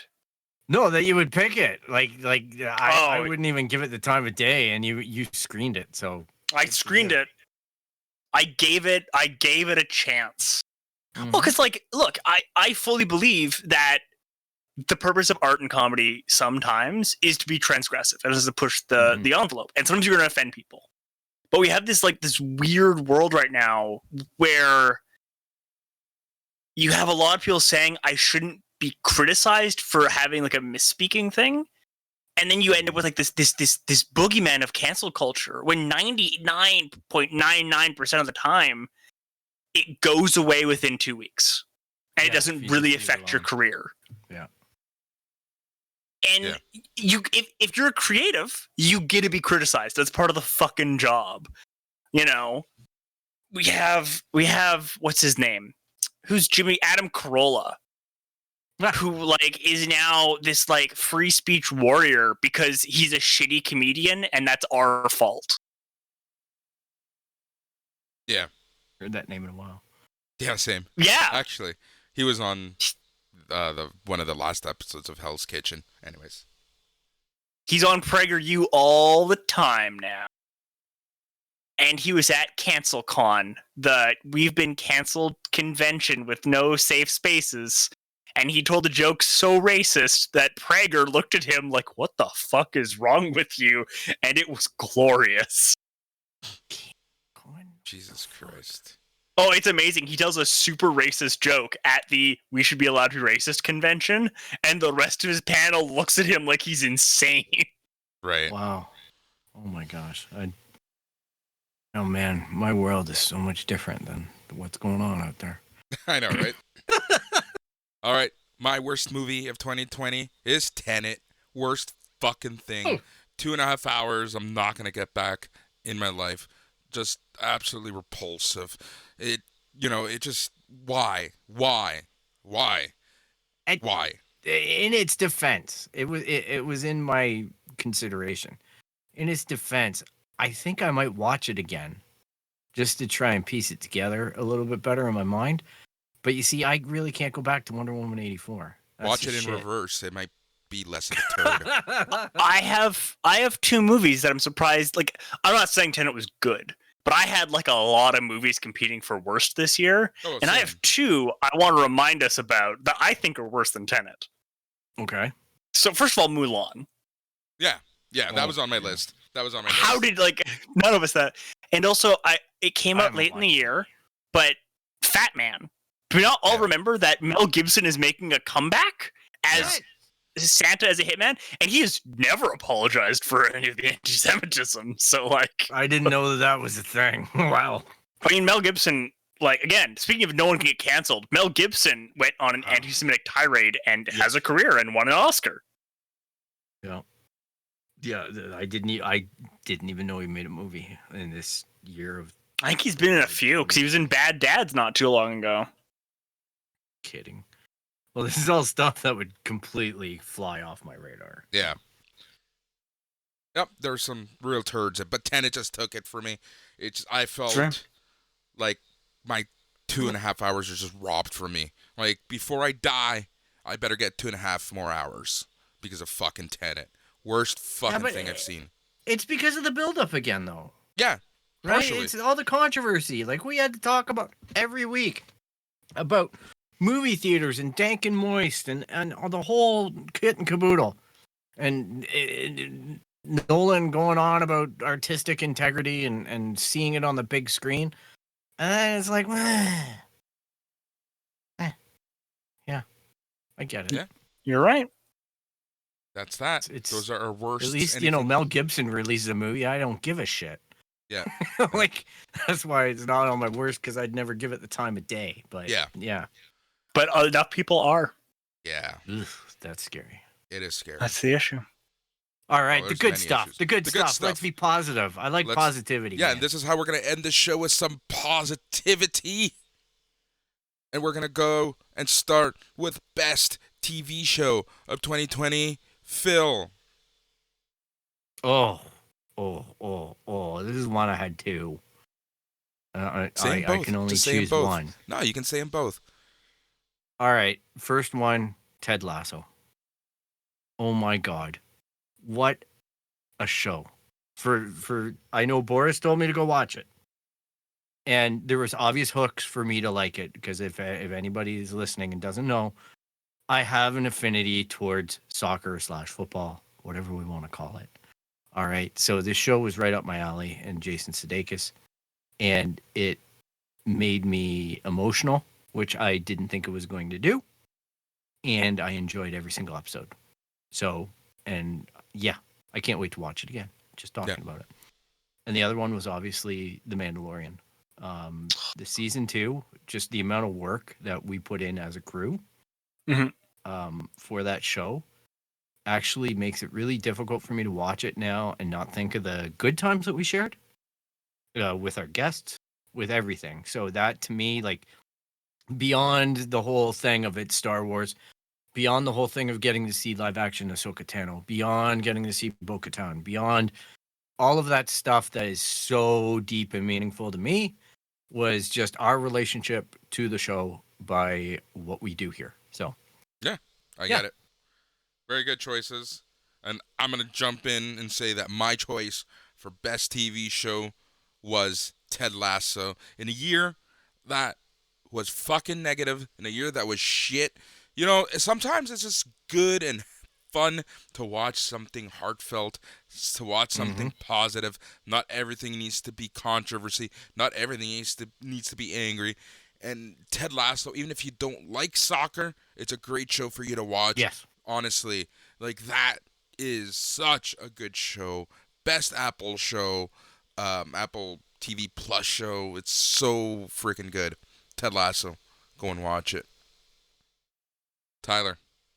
This is where I had trouble again, because there was so much good this year. Mhm. There were so many good things. So I'm going to say 2. Yep. Say 2. Yeah. So first up is it deserves honorable mention because it did not get the love or the marketing it really deserves. And it's on Netflix. It's Auntie Donna's Big Old House of Fun. It's a 6-episode like sketch comedy type show with a weird framing device. But I have never laughed harder than at that show. That's impressive. Like one evening we were watching it and we had to stop it because we were in pain from laughing too much. Wow. That's a good time. It's bananas good, and it's so fucking weird. What's it called Like, again? Auntie Donna's Big Old House of Fun. Okay. And it's 3, they're either Australian or New Zealand comedians. And it was like shot this year. So it's also got like this like weird other level to it. And it has like a super limited cast. There's a couple of guest stars. And it is almost impossible to predict what's going to happen next. Wow. Because it is so fucking weird.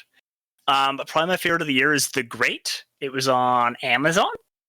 And the pitch was that it was a creative retelling of the rise of Catherine the Great. It is not at all like history, which I actually know a lot about that section of history. But it's still a really good show and a really good time. People do amazing like takes on it. It's genuinely quite good and it's worth watching. And it got signed on for a 2nd season, which I guess is now they're going to do her running Russia. Because, spoiler alert, Catherine the Great takes over Russia. No. Yeah. Very cool. Very cool.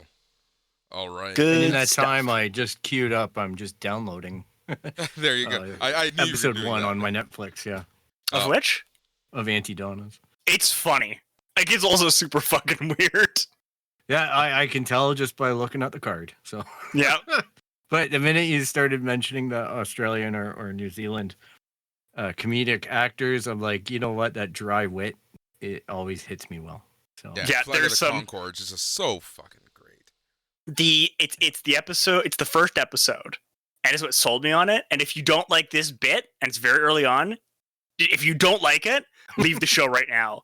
But there's a bit called Everything's a Drum. And if you don't like that bit, this show has nothing for you. okay. But if you do like that bit, you're golden. I think just by the title, I'm gonna like this. So. Everything's a drum. I can Oh, only God. imagine. Only imagine Oh where my that gosh. goes. All right, so that's our best TV shows of 2020. We're going to jump into best movies of 2020. Tyler, it's your turn. best movies. Let me pull up the notepad file because I looked left. Oh boy! I God, can't this wait was to so get hard. back. This Yeah, was this so one was. hard as well. Yep. I'm gonna have to go with Palm Springs. Also on Amazon. It's so good. So Andy good. Samberg does an amazing job playing a much drier character than he usually does. Yeah. J.K. Simmons is absolutely delightful in it. He is the fucking I best can't- in that movie. I can't remember the lady lead, but she's also just amazing. Yeah, the mom from How I And- Met Your Mother. Is that who it is? Yep. Oh, I mean, I didn't finish that show, so. It's such a good. It was also a really good movie on that point. That I'm thinking about it for movies ending without telling you what happens next. Yes. Okay, what's this called again? Palm Springs. Palm Springs. Palm Springs.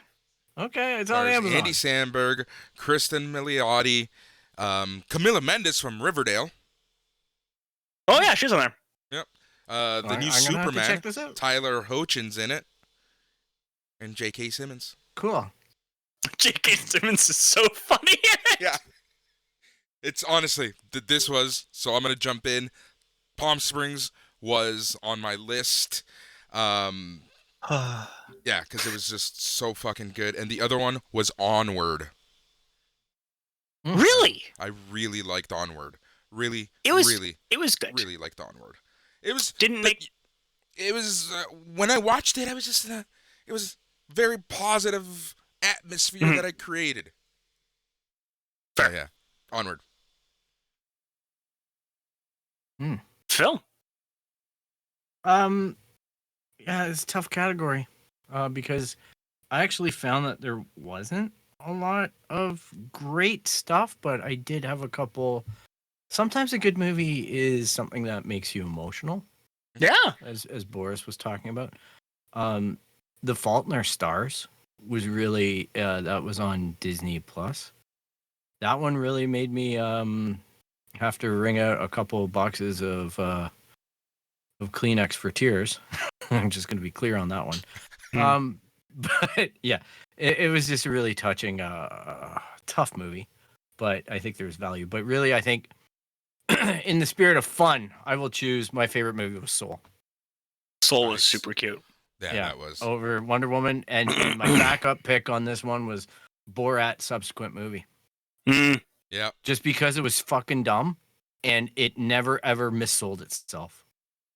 So I found it funny because I immediately went back to when Borat was Borat, and I was walking around the house annoying Borat Phil for like 2 weeks, just like you think you would be. And yeah, I just loved the whole Giuliani thing. Just made me Fair. laugh. So I just thought it was very 2020, like shit. Yeah. But yeah, my No, my I- pick would be Soul. I had fun with Soul. Oh, it was great movie, especially. And what made it that much better was the fact that you watched it after Wonder Woman 84.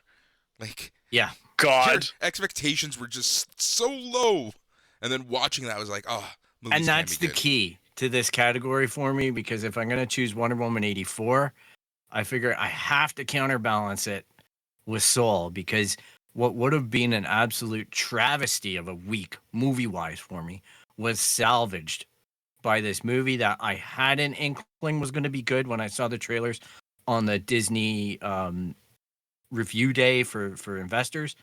I had an inkling like, oh, I think I might like this. But then when I actually watched it, and I'm like, holy shit, there's way more to this than I would have thought Pixar would do. Mhm. Like it's not as kiddie as I thought it would be.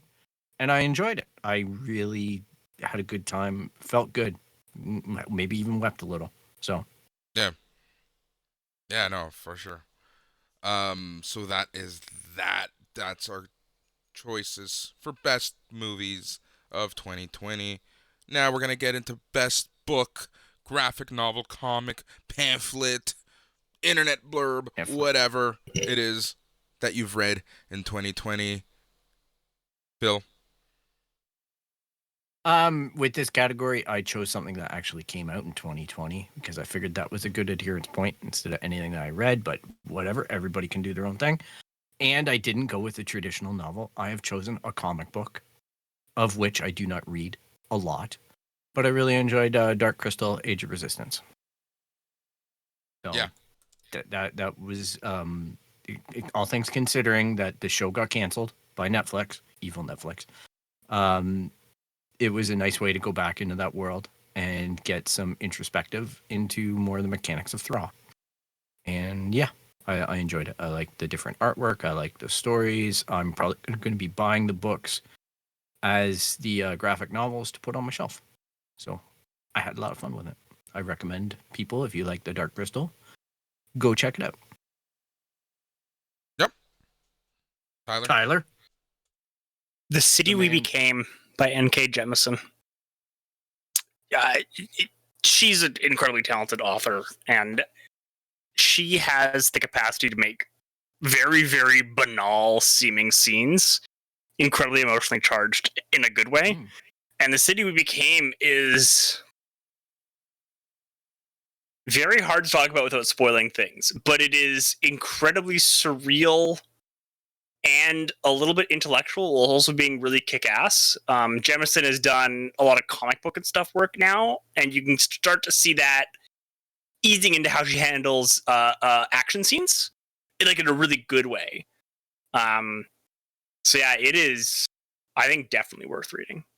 Is this a comic or a novel? This is a novel, and it is a novel that even I had to take breaks from it because it does some really real shit in there. Yeah. Yeah. All right. So Did you read it? Okay. Me? No. Yeah. Oh, you said yep, like you had. No, I'm moving forward. Sorry. Cool beans. For me, it was a comic book. Obviously, it's what I read the most. I read some pretty good books, but my book reading was very random. It's more political nowadays. I read this book about abortions.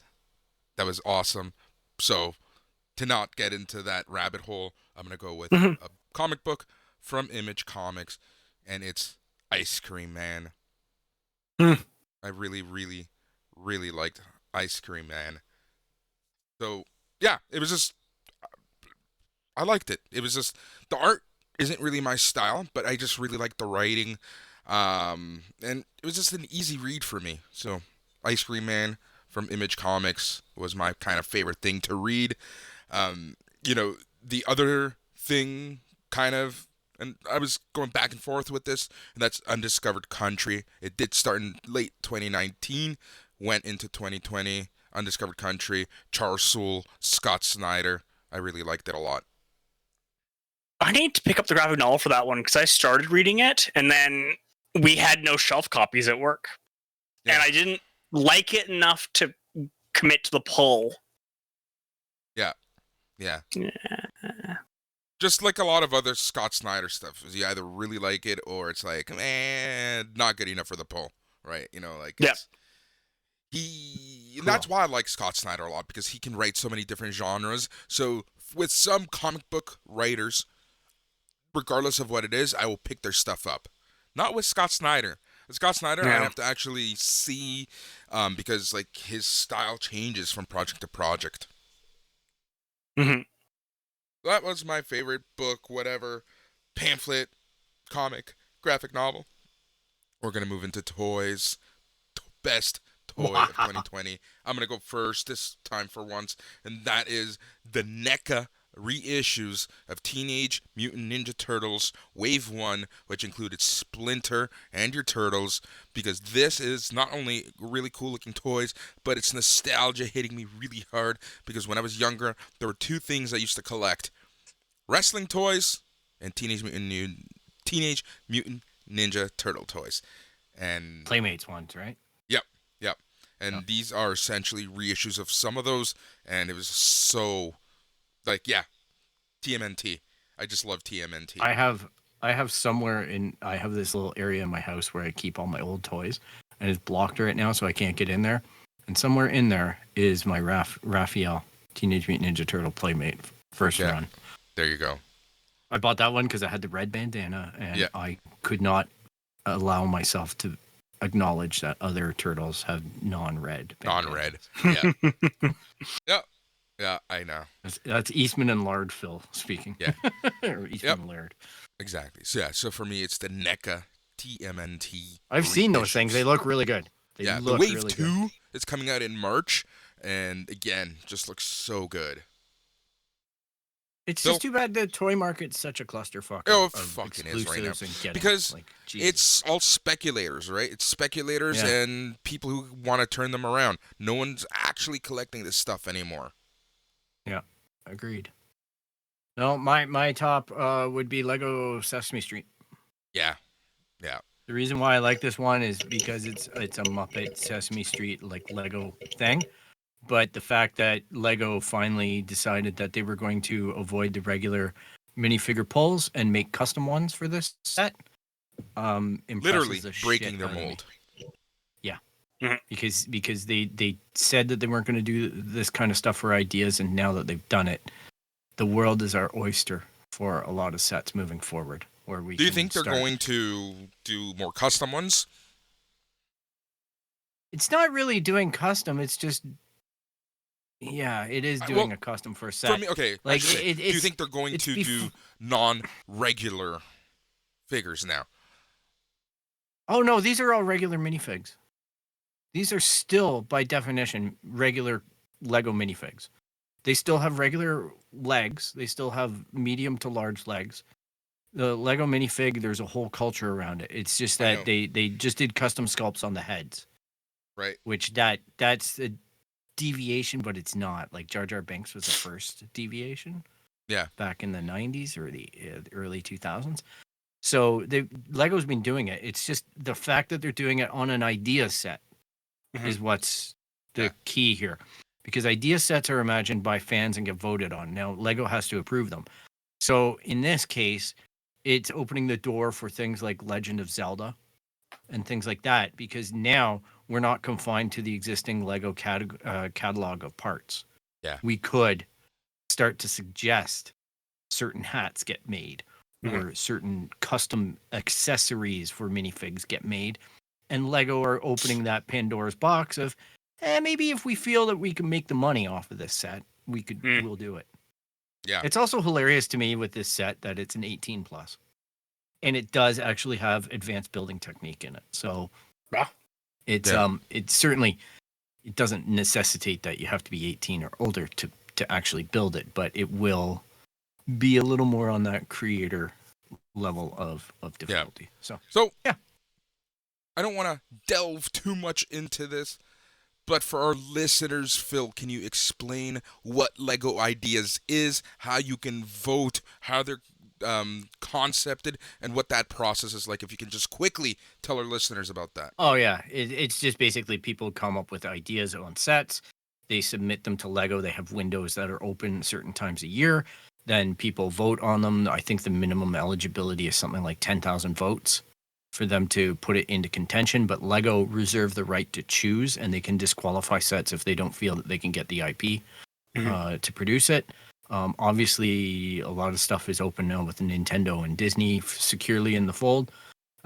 So these sets get made, and the person who makes the set gets 1% of the revenue generated from the set. Oh, nice. As an aside. And usually when you open up the book, there's a little profile on the person who made it. I think the first one was like the space station or something years and years ago. Yeah. So this is how stuff like the Friends set, the Seinfeld set get made. I had that come from space Lego station, ideas. actually. Oh yeah. So it's a really interesting area for Lego to reward their fans. Yeah, it's just a good little product line.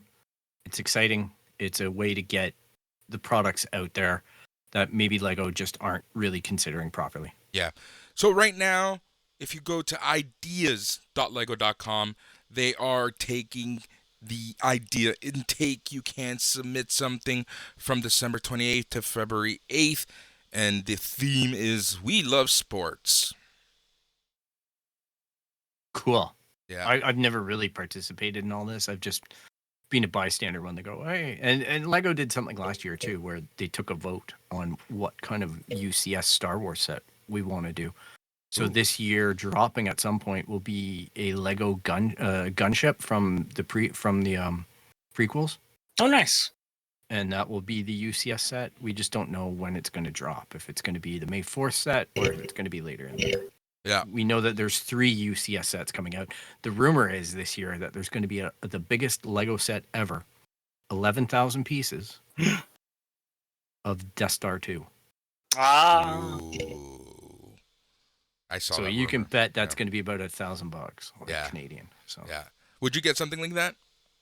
Nope. Yeah, exactly. It's too much money. It's Yeah. too much money. Like honestly, at a UCS, my personal budget would be it'd have to be sub $400. Yeah. And Yep. I'd really have to want it. Like if it's going to be $250, I can debate if I want it. Your mic is all flimsy. Mine? Yeah. Yeah, I'm still adjusting it to the new location. Love it. I, All right. I commissioned a guy to do a new desk to do the whole thing. Nice.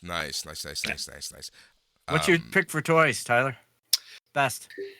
The Anycubic Mega S 3D printer. Got it January 2020. Love it. Best gift. Yeah. Best toy. Sits in the corner. Yep. That's what I was staring at earlier. I'm like, is that? Oh, it is. That's my That's Mega why I Cubic was S. looking all like awkwardly. You made Yeah. on it. Hmm? Anything cool? What have you made on it? I made a bunch of stuff around the house, like a bunch of like replacement parts and stuff, because I'm that kind of geek. I've printed some different like pen and paper RPG stuff. I'm working on printing a great big boat for when I can run D&D in person again.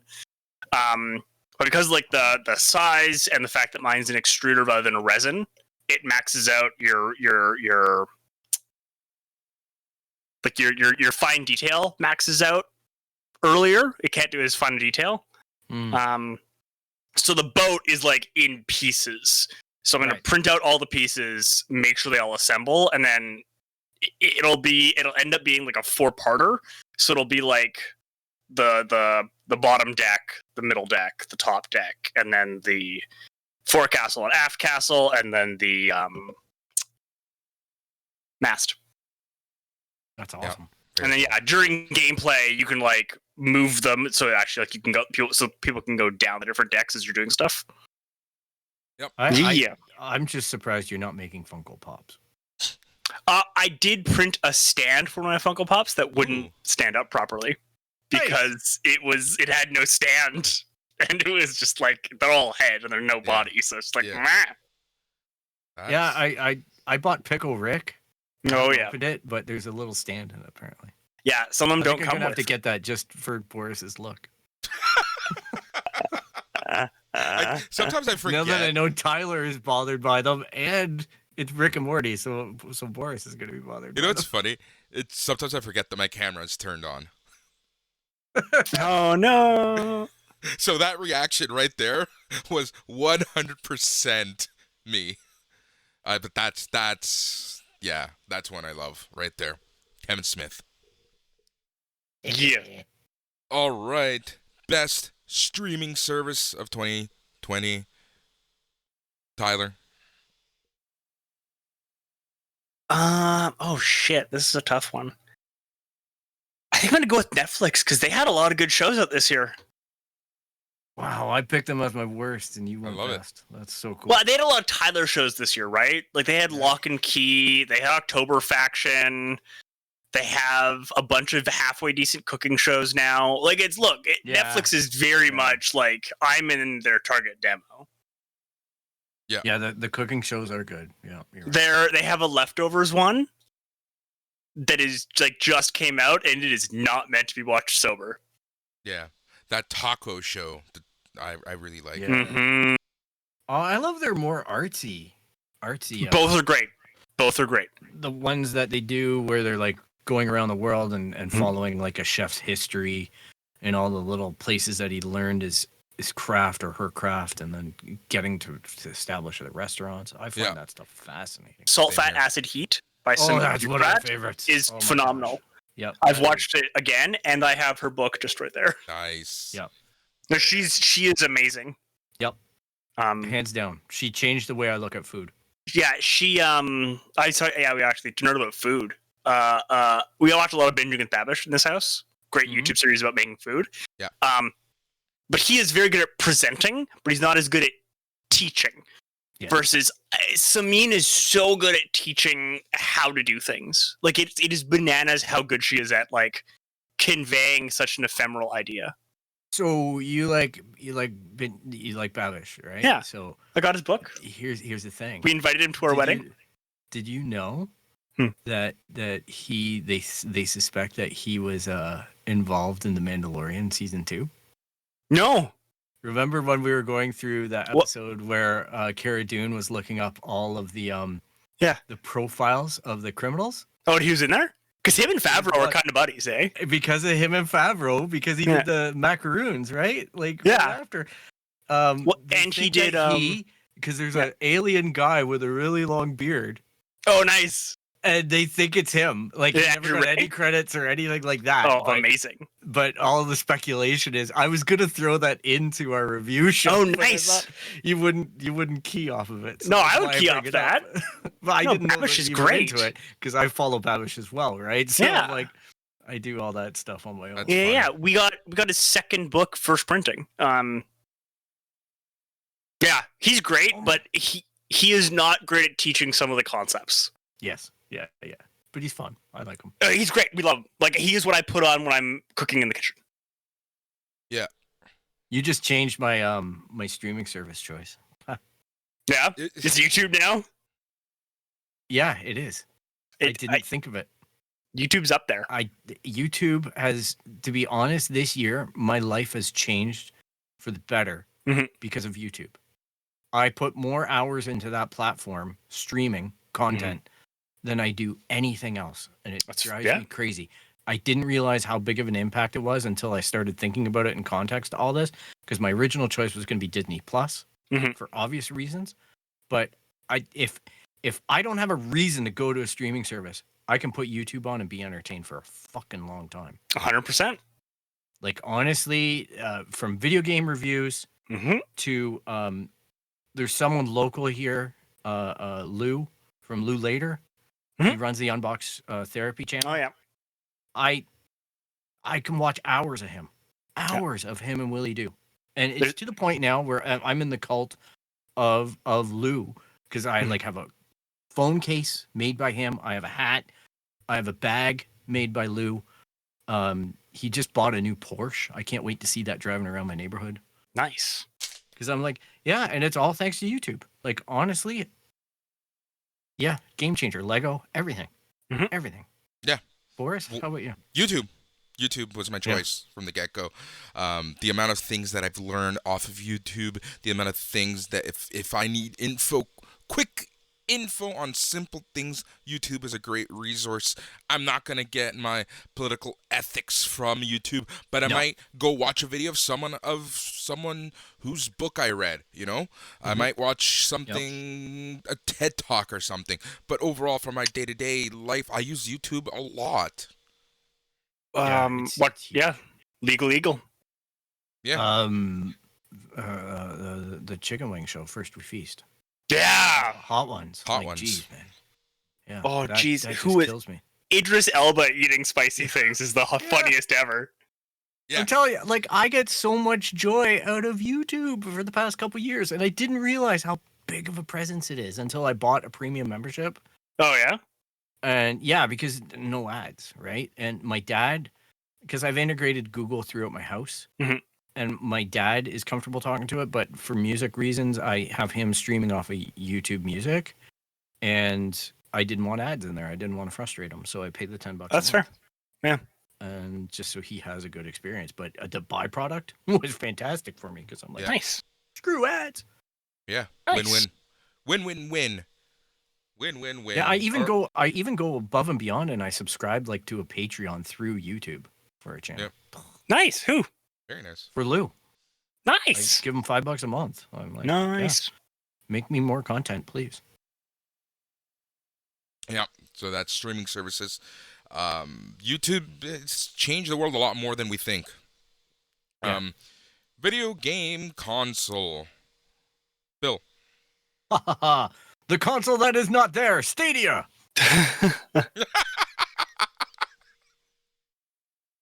There you go. I bought the cloud. Yeah. Love it. You guys put me on this lark of a Cyberpunk on Stadia. Yeah. Because I It was feels putting like- on. I have found the chosen way. Yeah. I don't know. And then by Kismet, all right, because I have a YouTube subscription, Mhm. they sent me a thing when I logged into YouTube one day. This is hilarious how this story relates to last. They sent me this email that said you can get a free Stadia controller and 4K Chromecast just for being a customer. And I'm like, all right, thanks. I buy it and it gets here and I'm like, oh, that's pretty nice looking. You know, blah, blah, blah, blah. And wouldn't you know, that night before launch, I bought it on Stadia a couple days before launch. Nice. Cyberpunk 2077. And I got another free controller and 4K Chromecast from the nice people at Google. But it really is the best platform for me. Again, internet Yeah, it sounds like it. not being an issue. And I really hate, like last night, I downloaded Injustice 2 Mhm. off of Xbox Game Pass because I wanted to play, kick Superman's ass. Yep. And I was really disappointed to have to watch 33 gigabytes of shit come in. Oh So, gosh, yeah. no. I paid $30. Mhm. Guess what I get? Bloop. The Yep. game right away. Click on it, play it, have Yep. fun. Don't like it, whatever. Don't care. There you go. No, honestly, and Phil, you and I have talked offline. The three of us talked offline, and we're gonna do an in-depth look into Stadia. I have some contacts. They're just making sure that they can come on the show, and we're gonna really go. We're gonna become the Stadia podcast of choice. It's Well, shocking. they should send me a free one for being able to talk on it then. You can do it for free. You can do it for free anyway. I There's want like no the free charge to play it. 4K whatever. Oh, okay. I'm saying they should send me the whole thing. I have to pay $12 a month for that. No, I'll You know pay what? the monthly. Just send me the whole package. It's all the setup stuff. Oh, nice. Yeah. All right, listen, Stadia. Sponsor the Listen, Google. podcast. Listen, Google. We will give up manscaping. We'll throw in an Audible if you give us some free Stadia shit. Yeah. Yeah, I'm well, it telling was ya. tons of ads. All the ads. Yeah, Oh, we'll just become a Google ad thing now. No, it's great, guys. Like honestly, it's very similar to Xbox Game Pass in that Mhm. each month you get, or Xbox Gold, I guess, or even PlayStation, the subscription service, Yeah. because each month you get free games. You get a AAA title, and you get 3 indie games, and I think the indie games are specifically made for Stadia as well. Very good. So Good for them. and they're fun. They're fun. Like I gotta say, like I'm not a huge indie game guy, but a few of them I fired up and I had a good time. Nice. Yeah. Indie games always surprise you. Tyler. It's the PS5. Mm-hmm. It's got me. Like, I had pretty heavily transitioned into being like a PC gamer, but that fucking thing has me back in the living room most evenings. And yeah, I grab an old PS4 games and throw them in because it makes them look so good. I can't wait. I can't wait for that. But on the flip side, with my Stadia, I can fire it up on my but I'm Yep. just gonna tell you this. Like this is I'm really trying to sell the audience on this Mhm. concept, because what you can do is you can play it on any computer that has Chrome. Yeah. So I have a my Chromebook, and then I'm gaming with a mouse and a keyboard. So Yeah, I'm my- back onto PC without having an overhead. and my big concern, and 100% like this is not a concern that everyone faces for Stadia, but I tried to stream some games through PS Now or PS Plus, whatever it is, Yeah. and I couldn't do it.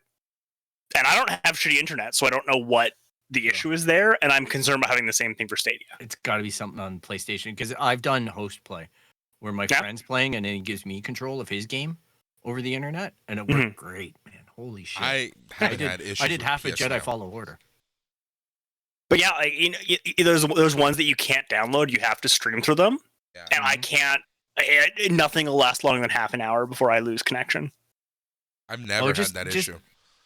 Which is I think download- it's Download Sorry, Evan? Stadia on your phone and then give it a try and Yeah. see, because all you have to do is pair a controller with it, which you could do with the PS5.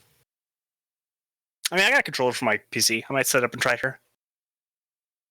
Yeah, I'm curious to know if you have a lag issue. Or We're gonna anything, or start a if new you Yeah. show, experience. the Stadia show.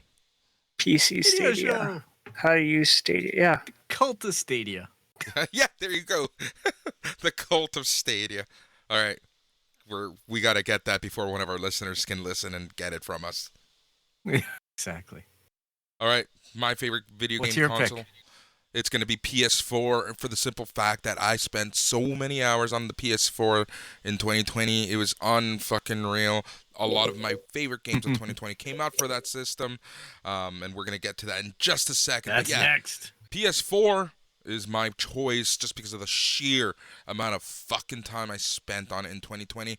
And just remember, I was actually home this year, so I was actually able to play video games, and a lot of them for once, and not just my Switch because of its portability.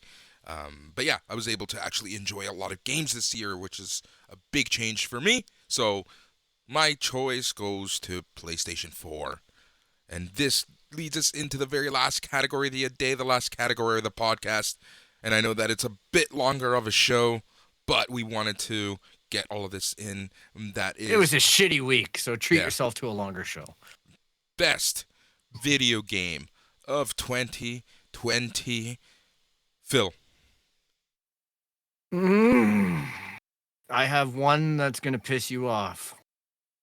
Boris. Oh, for fuck's sake. Yeah, boy! Animal Crossing! Ah,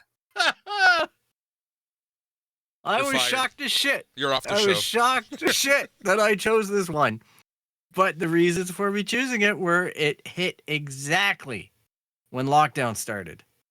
March the 20th of the year 2020, Animal Crossing graced my life.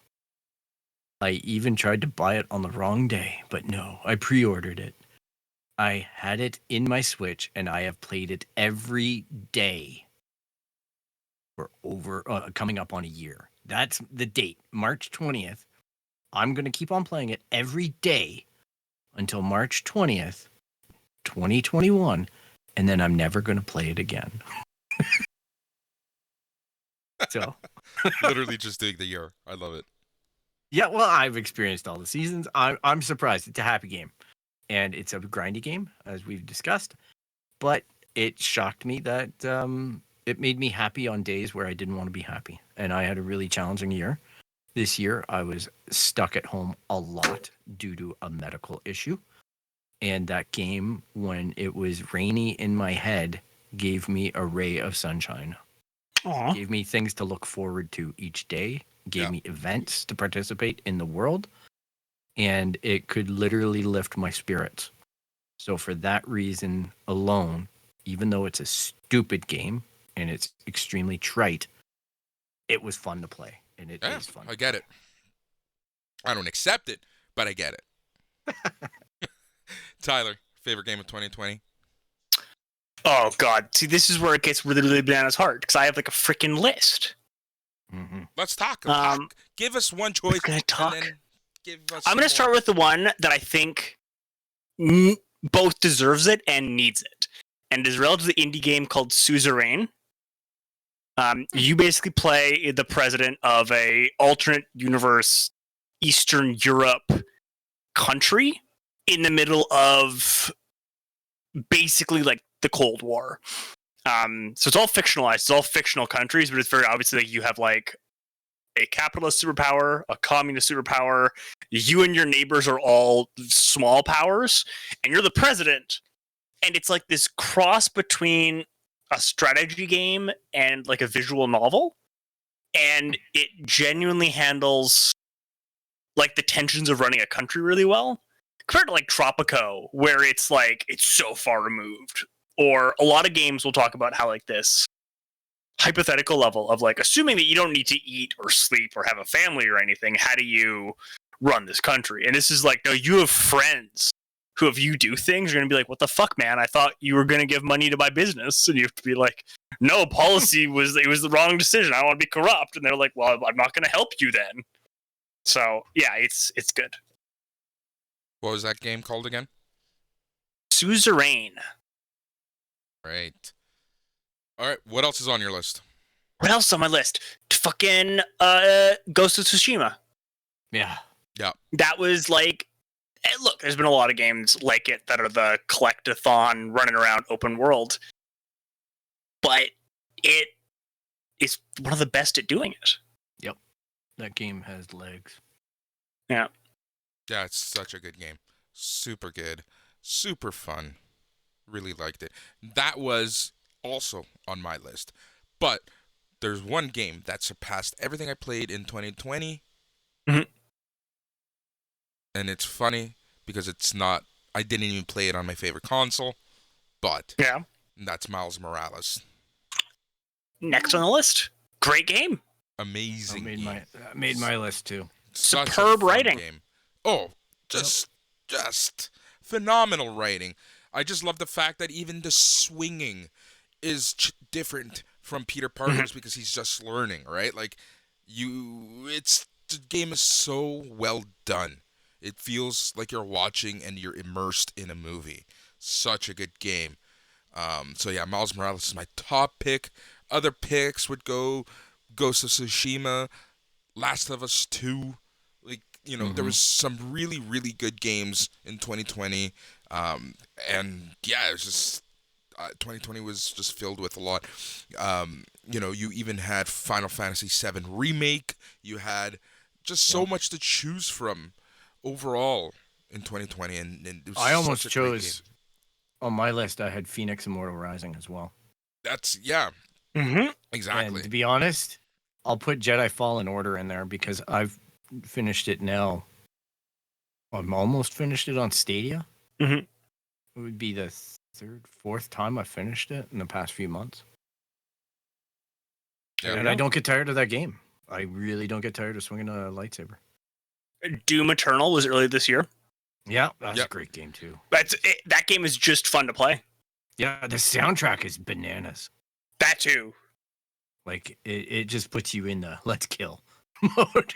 Yep. Yeah. I started playing it on Stadia and I bought it and I thought I was playing the first one. And I'm like, oh man, this soundtrack is just off the hook. Like right from the get go. And I'm like, oh man, this is the new one. Yeah, the first one in that new run is solid. Yeah. But Doom Eternal is one of the tightest games I've ever played in terms of just like smooth mechanics. Apparently, they had a really easy time porting it over to Stadia because they almost develop on the exact same hardware. Nice. So it was a quick port. I love This it. is funny how they come out of nowhere with some of the stuff. It's like, Yeah. Yeah. No, Doom but yeah, Eternal. it was such a good game or good year for video games. It's a great year for games, man. Jeez. Mm-hmm. Like Last of Us 2 would probably be top of my list if I was able to finish it, if it didn't freak me out. Yeah. Yeah. Just for sound design. Jeez. Yeah, for sure. For sure, because of Tsushima, it's like one of the few games Yeah. that you would rather not play in English. Yeah. Oh, you can't. That game's got to play in Japanese. I never have. I don't even know what the English voices sound like. Same here. What? What? Oh, I feel like a total putz. I played it. You've only played it in English? Yeah. Yeah, that sounds... Oh, I was gonna put it in the Kurosawa mode. Yeah, that's what I plan to do next. I don't have the physical copy of the game, but that's how I plan to play it on PS5 when I get around to it. Yeah. That's cool. I'll have to try it in Japanese. Yeah. I'm gonna play on Stadia first. Immortals Phoenix Rising demo. Nice. Oh, sweet. They have a demo for it? Yeah, there's a free demo on Stadia. Oh, nice. I didn't even know they did that. That's great. It's the only demo I'm seeing. Yeah, the downfall on Stadia is there's no search, which is hilarious for Google. Yeah, I'm in this now. It's not easy to navigate. This is There's bad no to search. navigate. There's no search. Trying to find games is freaking impossible in that thing. Yeah. You have to go by alphabetical or price point. Brutal. I don't know how Google doesn't put a search in their own freaking game engine. Yeah, this is not fun to navigate. I love how this is the first time that this has come up on this show. Because I was only lightly going into Stadia, and like I really went into it in the past like month, and I'm like, where the hell is the search? And that's all we complain about online in the community. I actually can't. I can't find the search. There's no search. Are you serious? That's what I'm saying. Google. Oh, the there was company one that and it was invented bad. There searching. literally isn't. No search. They invented search engines, so there's no. God. So They perfected search engines. 2020 why? All right. Also, like, all these games this year. Crusader Kings 3. yes. That best game that makes you understand killing off your children. Oh my Got to God. protect that line of succession. Yep. Oh. You're like, oh no, my first son is an idiot, which is it's a trait. He's an idiot. But my second son is beautiful. It'd be a shame if something were to happen to the first son. Donald Trump Jr. move over for Ivanka. God. And we've gone full circle. Squadrons. I fucking love that Squadrons game. is so good. I need to give it more time. Yeah, it needs. We keep talking about actually us all jumping on at the same time. Yeah. You're gonna see how Valorant? bad I am at games. Valorant. Which one's Yeah. Valorant again? Riot. Oh, Valorant, yeah. Oh, right. Yeah. One game Wasteland that I want 3. to play. Yes. One game that I want to play. I haven't had time. I haven't really bought much. And that's Hyrule Warriors, the new one. I heard that one isn't as good. Really? Motherfuckers. Hades. I was Hades, literally yeah. about to say that. Hades. Like, yeah. Yeah. Hades. What about that free one that's on PS4? Was it Genshin or something? Oh, it's on every system. The Genshin Impact or whatever? Yeah. It's on I every played system. that one. I played that one and was having a great time with it, and then it updated with like a 70 gig update, and I was like, "Fuck this! It's off. Oh, Free I game, think- go bye bye." Yeah. Resident Evil 3 Remake. That came out in 2020. Yep. That got panned, right? Oh. People Hard Space Shipbreaker. Cyberpunk 2077. Ah, that good came out in point. 2020. Valhalla. Valhalla, Watch Dogs 3, Yeah. Ubisoft having a good year. Ah, Well, and a bad let's- year. Yeah. Ubisoft is having a year. A year. Oh my gosh, I bought Far Cry 5 on Stadia. Nice. Far Cry 5 is like the worst one. Yeah, I know. It's actually worse than Primal. really. I've been laughing at the evangelical. Oh, no. Look, the writing's not bad. No, the writing isn't. The gameplay is worse than Primal. Oh, okay. So, I this don't- is the I don't most know that I'll get deep Time in it. magazine thing ever. They Final have a Fantasy VII list Remake. of the 10 best video games of 2020. Time magazine. But it's time? Yeah. Okay. 4 people wrote this article or contributed to the article. Sure. Let's go through the list before we go. If we must. Number 10, Tony Hawk's Pro Skater 1 and 2. Nope. Mm-hmm. Number Wrong. 9, I know. Number 9, Fall Guys. Yeah. Number Sure. 8, Microsoft Flight Simulator. Okay. Number 7, Okay. Call of Duty Warzone. Excuse me. Number 6, Ori and the Will of the Wisps. I have heard positive things about that one. It's Same. good. Number Played it. 5, fucking Animal Crossing. Number Represent. 4, motherfucking Among Us. Yeah. It's not a good game. It's not a good game. Yeah, but it was a phenomenon. Come on, it's a social game. Okay. I actually downloaded it for my PC. Number I've 3, played it. I have Yeah. Game Pass on my PC now. So Number 3, Last of Us Part 2. Number 2, Okay. Spider-Man Miles Morales. And number 1 was Hades. Ghost of Tsushima should have been in there instead of Warzone, and then I'd Yep. be okay with that list. List wasn't as bad as I thought. Oh yeah, Yeah, that that's was 2020. surprisingly competent Phil, for time. tell our awesome listeners how they can get a hold of us and tell us their picks for best and worst of 2020.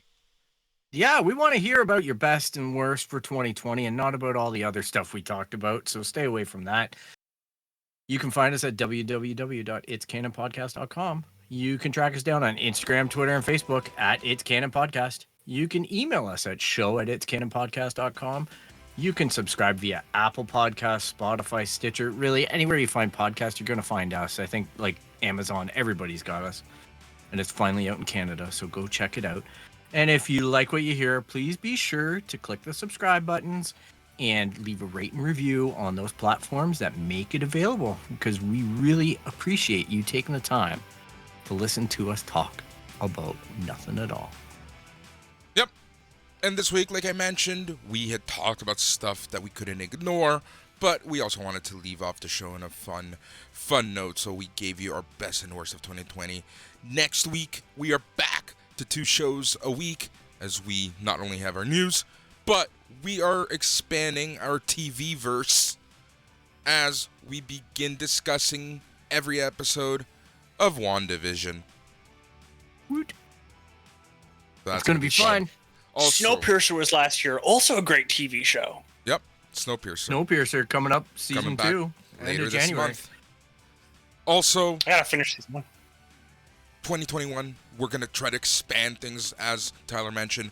We will be coming to Twitch soon. We will be doing live shows, and we want to expand our content. And one of the things that I was thinking about, and Tyler just did it without even, us even talking about it, and that is podcast essays, podcast rants, podcast, mini podcast things where we just send them out, our thoughts into your ears. Tyler, what do we have coming up this week?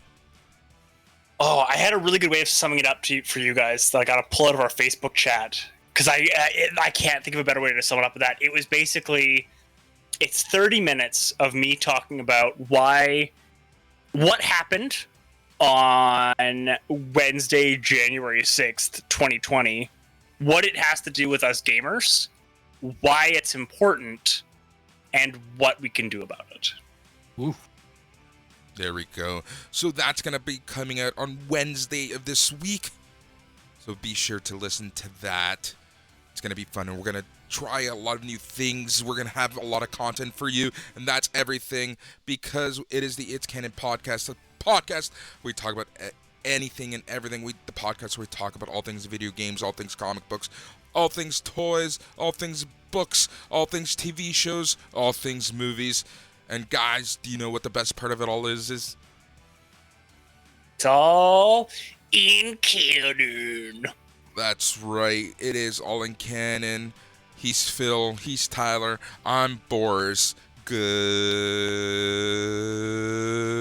night.